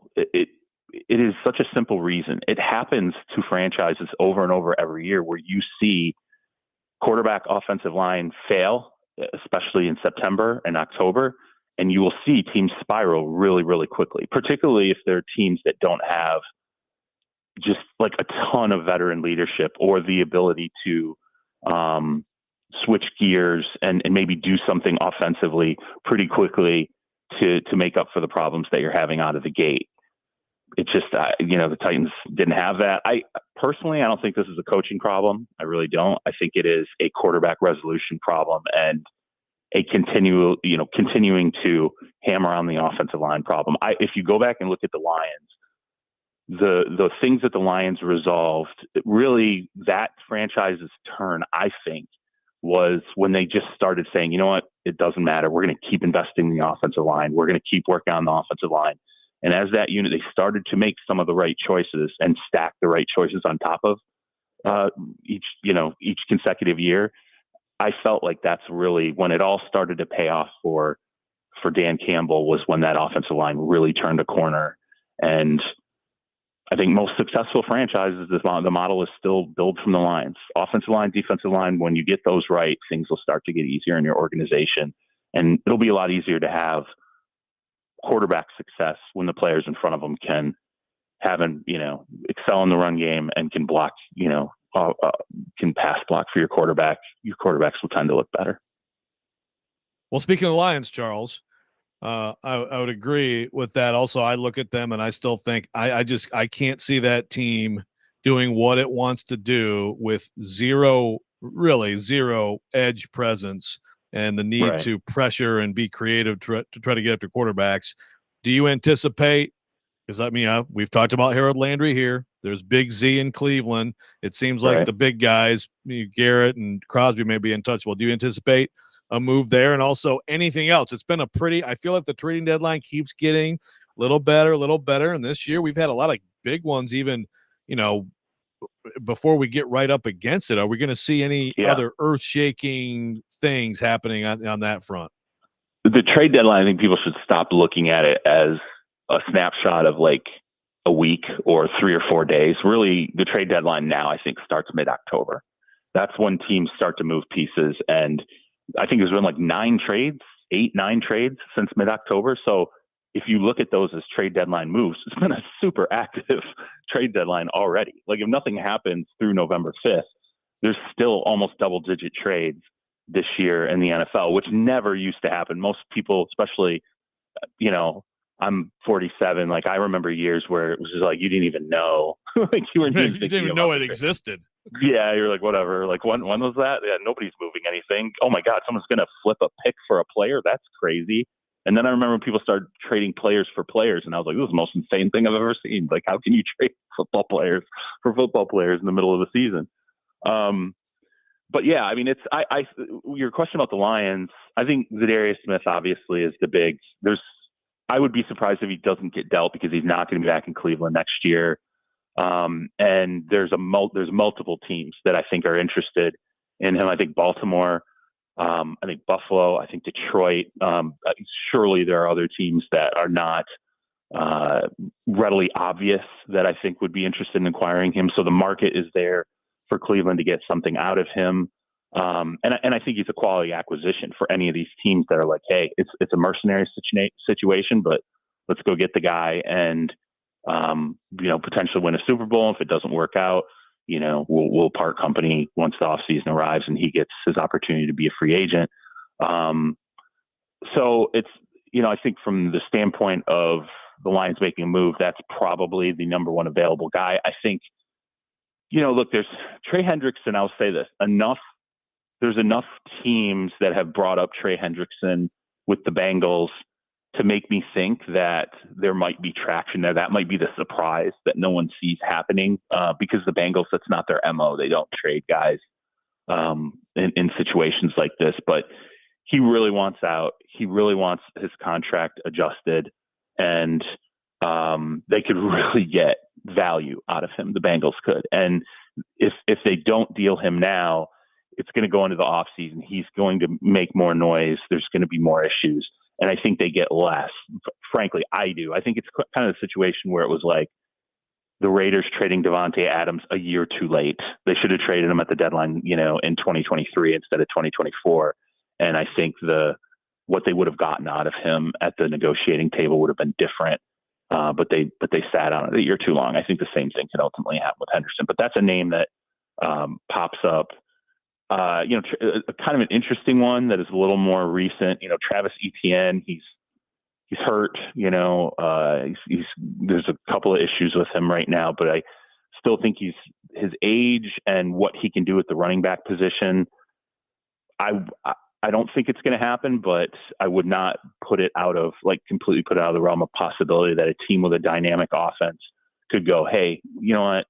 Let's go get this guy because he's a running back that can do a few different things and could give us an offensive spark and maybe a way to scheme a little differently as we move through the remainder of the season. I still think there's a chance Cooper Kupp gets dealt, although it's certainly lessened now that they beat the Vikings and, feel like they've turned the season around. So I think the Lions do make an acquisition. I'd be stunned if they don't. If they don't make an acquisition, that would probably be the one team where I'm like, they'll definitely do something.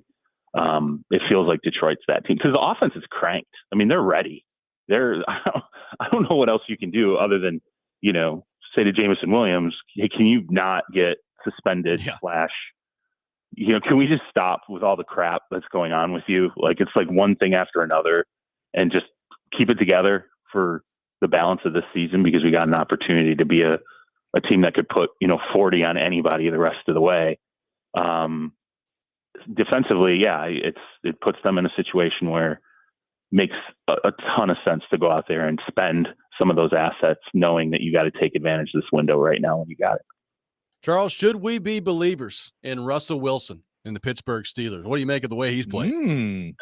Man, I'll say this. Like, I was wrong. Like, I did not like the move because I thought, Justin Fields had done enough to keep that job. They were winning football games. Granted, I knew they just were not scoring a lot of points, and I knew there was just that gnawing feeling that they had where they're like, this feels like the offensive production feels too much like 2023 when we felt like we were locked in jail, scoring points. We just were not a team that could even consistently get to the 20-point mark. I think they felt that way still with Fields, where it's like, we're doing some things better. And yes, he has this upside, but we're not accessing the upside as much as we feel like we should be at this point. And Mike never moved off Russ. He just didn't. The entire way, it was always like Mike always felt like he was moving back to Russell Wilson. And I questioned, like, is there just enough there? The second the guy walks in, the offense looked better. And I'm like, wow, George Pickens all of a sudden, goes from just this up, down, oh my God, is he even going to be on the team after the trade deadline? To all of a sudden you're like, wow, he's realizing all the, the ceiling parts of George Pickens that we really like. But really beyond that, I mean, the running games look better. The offensive line has looked better. There's been times where you see Russ throw passes and you're like, wow, what a clean pocket. I am, because it's just, the proof is there. I mean, what we have seen. So now, does it mean that they go on a run and is he this factor that changes everything for Pittsburgh? I don't know. I mean, to me, it's, if you said Pittsburgh makes the playoffs and they lose, but Mike Tomlin finishes the season with a winning record, and it's the same thing we've heard over and over. It's the number one hit played on the jukebox every year. Like, yeah, I'd believe that. Like that would not surprise me if that's ultimately how it goes for Pittsburgh. But I don't know how you can look at them right now and not say that, yeah, Mike Tomlin's right, and my criticism of this change was probably wrong, and we'll see where this goes the rest of the way. Yeah, and Arthur Smith, as we're seeing, can coordinate some offense too. Speaking of him, Charles, there's been, in this town, this is what happens, right? Oh, like here we go. When okay. the preseason, we're gonna do this. We're gonna do this. Well, Okay. just a simple question. Yeah, the preseason optimism turns into, God, Vrabel was such an idiot, and now there's a lot of, I'm sorry, Vrabel. But I just want to ask you, where's Mike Vrabel going to be next year? It's a good question, because I'm not sure. To answer that question, you have to answer, like, what is the hiring cycle going to look like? Like, where do you see? I would ask you. I mean, you look at it right now. Where do you see jobs being open? And I thought think Philly for a minute, but maybe not so much anymore. Right now, it looks better, right? And because so much of this has to be written. It's the end of October. There are a million things that are going to happen between now and next season, and there's a ton of failure that's going to occur that we don't see, or there's going to be some mediocrity where we're like, oh, they probably won't fight. We'll move on from their staff, and then you'll have an owner that goes, nope, time to pull the plug. Don't like the way that this looks. Sort of like what happened with the Titans and Vrabel. So, it's. I sit here and I'm like, okay, the Raiders are 2-6. There's no way, right? They pull the plug on Pierce. Come on, man. It's Mark Davis. Absolutely. There's a chance that the Raiders could ultimately be open. Like, I don't want to say this, but like Jim Harbaugh and the heart arrhythmia thing is concerning with the Chargers. That's concerning. Like, he's talking about having his third heart procedure, now, and people are asking questions about pacemakers, and I think people are just kind of like, oh, whatever, he'll take medication. We'll see, but it's a concerning enough thing that if he's having arrhythmia like during games and it's affecting him, like I don't want to report this. I'm not reporting this, but that to me could be the total shock that we don't see coming, is that, hey, Jim Harbaugh does have some real health concerns, and is he going to continue coaching? Is this going to get resolved to the point where he's definitely going to be the coach there next year? I think people should be, paying more attention to that. That's a real deal that's going on with the Chargers right now. Let me think. Dallas, New Orleans, Jacksonville. I mean, Jacksonville, right? Jacksonville is a situation where now they're selling off players. I mean, when you move off of an offensive lineman, granted, who's not going to be there, but you don't just move off of a starting tackle yes, he's not going to be in Jacksonville next year. That still affects your outlook, your depth, and what can happen there moving forward. Where the fact we're talking about Travis Etienne potentially being available, there's a reason why that's happening. How it affects Vrabel's candidacy, I don't know. We have to see how it goes the rest of the season. I have to know who else could potentially be on that list. Everybody's going to talk about Bill Belichick. Everyone's going to talk about Ben Johnson. Bobby Slowick right now has kind of hit a wall in Houston as an OC there. I don't know. You're like, okay, maybe Bobby Slowick needs another year. Drew Petzing in Arizona was one that was kind of a low-key dark horse guy who could pop up on coaching lists, and it's been up and down there so far offensively. So I'm like, who else is on that list and potentially available, and who's the owner? What's the roster look like? If you're bringing in Vrabel, to me, first and foremost, I think you have to have a defense that he's going to be able to walk in day one, access, you're up and running. Like we're up. And, so if I'm looking at franchises and I'm like, where's the Vrabel fit? Show me the team that has the assets right now to be a top tier, top 5, top 7, top 8 defense if they just have the right coaching.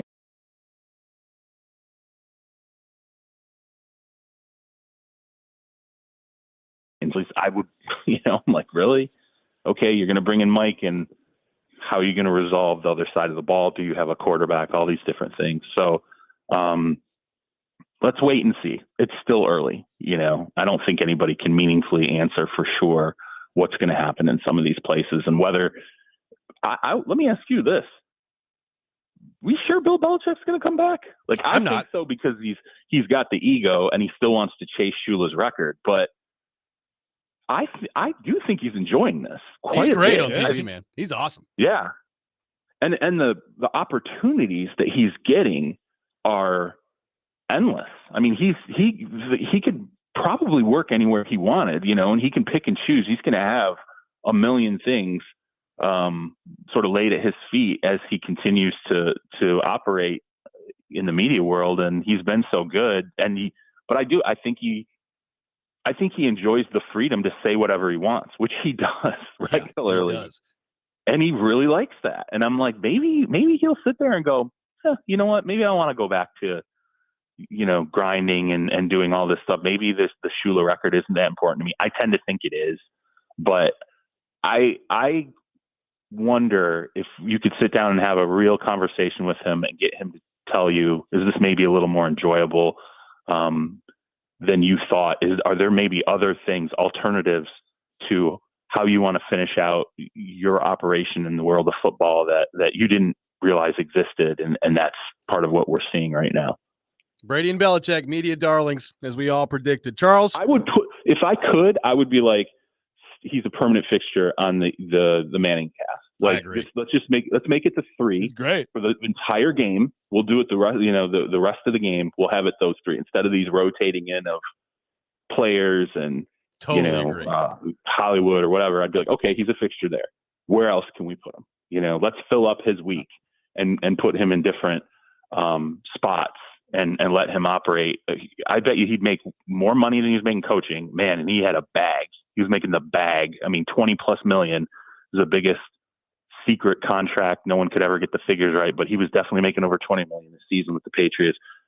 He's like McAfee level. Like if he was like, I'm staying here, he could start a podcast tomorrow and it would be like the Heights podcast, like shopping the Heights podcast around. Like people would be like, yeah, 6 figures easily, 30 million plus. Maybe a dating podcast too. Ooh, dude.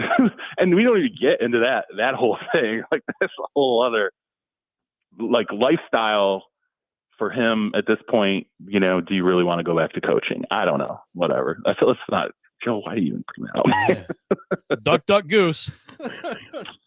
Oh my God. Oh boy. Charles, happy Halloween. Thanks for taking time to be with us, and we'll talk to you next week. I appreciate it. Oh, real quick, are you full candy bar households or are you mini? I'm mini candy bar households. And miser. But if I made that Rexrode money, I'd be full candy bar household. We don't do it either. But I appreciate it. Are you full candy bar? Oh yeah, we made the switch. wow. We made the switch, and it's we're that house where we Good see for you. kids like trying to make one more pass before they head in. Yeah. I'm like, I know I've It's seen. like, wow, it's your fourth time here. Yeah. I'm like, I know I've seen this Dora the Explorer like 4 times already in the last 45 minutes. So, all right, guys, have a good night. Charles Robinson, our guest here on Robby and Rexrode, joins us every Thursday morning at 8 o'clock. We'll react to what Charles had to say there coming up next. 615-737-1025, our phone number. Robby and Rexrode, 1025-1063, the game.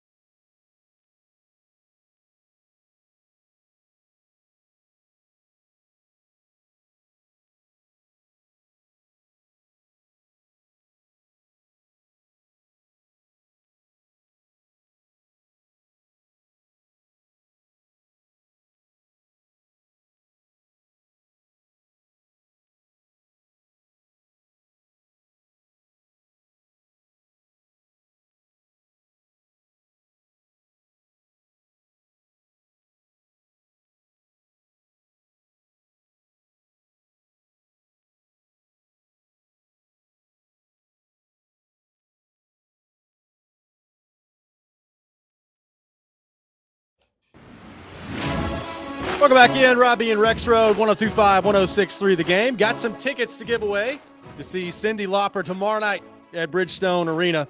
Be caller number 6, 615-737-1025, 615-737-1025. Caller 6 will win a pair of tickets to see Cyndi Lauper at Bridgestone Arena coming up tomorrow night. Appreciate Charles Robinson for being with us. A lot of votes for where Vrabel is going to be the next head coach on the text line, Joe. One for Dallas. Trevor asking if Robert Kraft would fire the coach after 1 year and possibly go after Vrabel. And how about this one? If the Titans get a new GM, maybe the Titans could rehire Vrabel. That would be interesting. That's from an unnamed texter. Yeah, I love that one.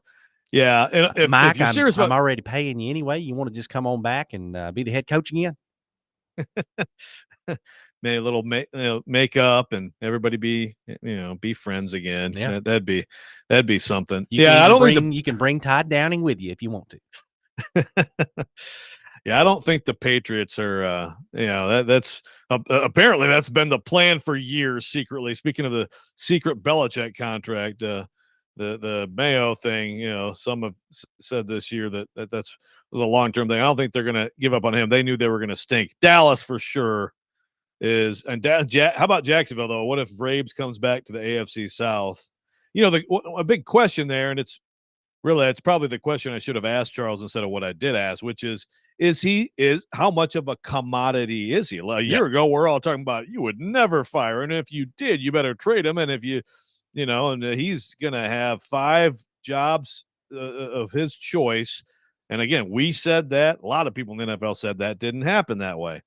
How is he when we get to the cycle, when there will inevitably be openings, there always are, how high is he on the list of attractive candidates? I'm very interested to find out. Well, I don't know. People are going to look at the offensive guys first, right? Like Ben Johnson. It is interesting. Yes. Like the Texans don't look great on offense right now. I mean, Stroud's playing well. They're not lighting the world on fire though, and they just lost Stephon Diggs to a torn ACL. So I'm interested to see what the Slowick things looks like. But I'll say this: like, go look at some of the hires this past offseason. Dan Quinn is a retread in his second head coaching job. Is a defensive guy. It's going awfully well for him in Washington. Mike McDonald, not an offensive guy, defensive guy. And it's not like Seattle is lighting the world on fire, but they're 4-4 and they're right there with everybody else in the division. So I'm just saying, the defensive coach, the second-time head coach that a lot of people want to avoid in today's NFL conversation, it's not going horribly for those two right now. Defense making a comeback all the way around. I mean, and not a second time, but like Raheem Morris, defensive guy with Atlanta, things are going pretty well there, for example. So, yeah, I'm with you. Is Brian Flores going to get a job? I mean, there's a lot. There's a lot more that goes into that one. But yeah, right. No, so I'm with you. I think obviously Ben Johnson is of high interest, and that whole thing with Washington was weird, and Washington trashed him, and it's worked out well for them. But I think absolutely he will be coveted, and it's a good call on Slug. Sometimes it's like when the iron's hot, you want to strike. I still think he'll ultimately be a guy who can have a shot. But I can't. After Ben Johnson, I think Vrabel might be as attractive as anyone, especially given how this year has played out. Arthur Smith. Well, I don't think he's going to get up. Well, probably not immediately, but I do think that I enjoy watching Pittsburgh. Some of it looks familiar, and you're reminded that dude is a good OC for sure. Yep. 615-737-1025 is our phone number. 615-737-1025. Coming up next, it's time for Pred's Pick to Click here on Robby and Rexrode. Pred's back in action tonight, taking on the Edmonton Oilers. Be the first caller at 615-737-1025. If you guess a goal scorer for tonight's game, you win a pair of tickets to a future Nashville Predators home game. We'll do that next. Robby and Rexrode, 102.5, 106.3 The Game.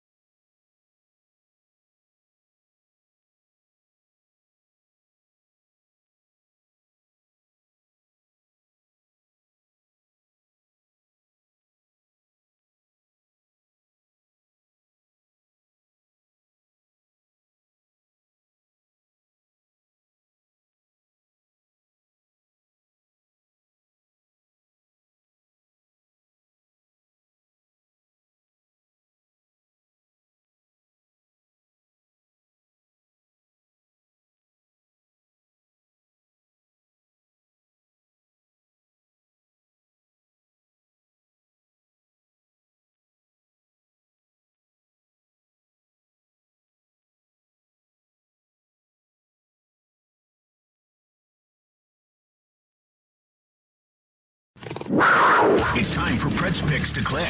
And a shot at the score. Do you think you know who will score a goal in tonight's Predators game? Little give and go. Shoot your shot for a chance to win Preds tickets. Call 615-737-1025 now. It's Pick to Click, now on Robby and Rexrode. It is time for Preds Pick to Click here on Robby and Rexrode.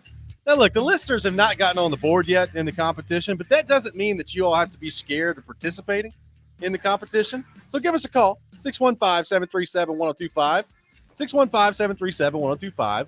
Call in, and if you guess a goal scorer, you win a pair of tickets to the Preds game, a future Preds home game. You could be the first one to break through in the competition. Rexrode's still leading the way. 3 correct answers. Nick and I both have 1. Listeners still looking for correct answer number 1 in the competition. So we'll see how that goes. And if the listeners at any point here can get on the board. Preds taking on the Edmonton Oilers tonight. Puck drop at 7 o'clock. Pregame at 6 o'clock here on 102.5, 106.3 The Game. And as we have mentioned, no Connor McDavid for the Edmonton Oilers. The Oilers will be without McDavid for the next 2 to 3 weeks. So Predators taking on the Oilers without McDavid in the fold tonight. We have people now calling in. Nick, what is our caller's name here? Before I just hand Rexrode the first pick, which I'm not going to do. Let's go to our 102.5 The Game phone line and welcome in Caleb to the program. Caleb, thanks for calling in. Who's your pick to click for the Nashville Predators? How's it going, guys? Just first off, want to say I like the show, guys. Appreciate you guys giving me something to listen to every morning. Thank you. I'm going to take Rexrode's pick that he wants, Philip Forsberg. Ooh, I like it. Forsberg, the selection. Thanks for calling in, Caleb. Forsberg off the board. Rexrode, you're up next. Your pick to click for the Predators. Because I wanted Stamkos, and I'm taking Stamkos. Wow. Going with Steven Stamkos. Forsberg, Stamkos off the board. Nick Keyser, your pick to click tonight for the Nashville Predators. He's been itching for one, I feel like. Give me Jonathan Marchessault. Going with Jonathan Marchessault tonight. I will go Michael McCarron.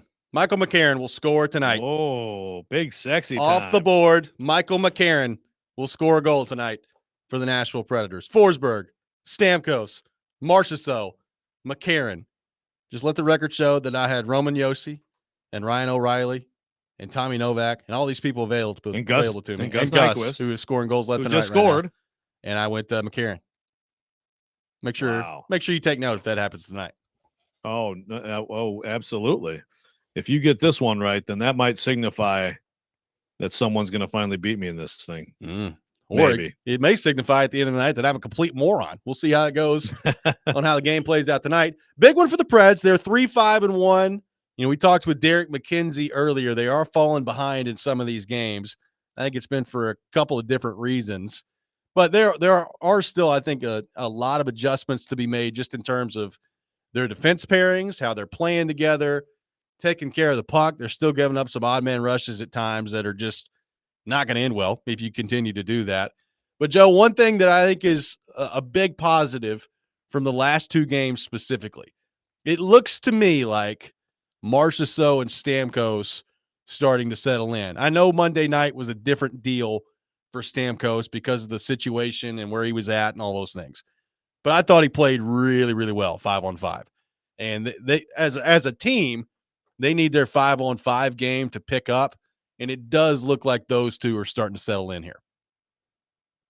Yeah, there is I'm confident, and this is part of why I picked him, because maybe it's tonight, maybe it's the game after the big return and the emotion of all that. I think there's at least a mini avalanche of Stamkos scoring on the way.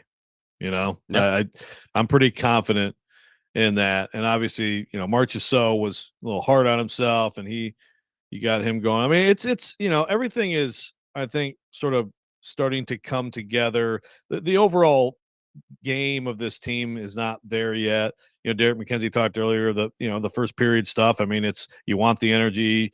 You know, they're trying to figure out how to start better, but the overall game, you're starting to see it come into focus a little bit. And I think part of that will be Stamkos not hitting posts anymore and starting to find some at the back of the net. And we'll see if that begins to happen tonight. Preds taking on the Oilers tonight at 7 o'clock. Pre-game at 6 o'clock here on 102.5, 106.3 The Game. That's going to do it for us today here on the program. We'll have full reaction to that game tomorrow. Look ahead to a busy weekend of football in our area as well. Chasing Big Joe is coming up next. You're listening to 102.5, 106.3 The Game.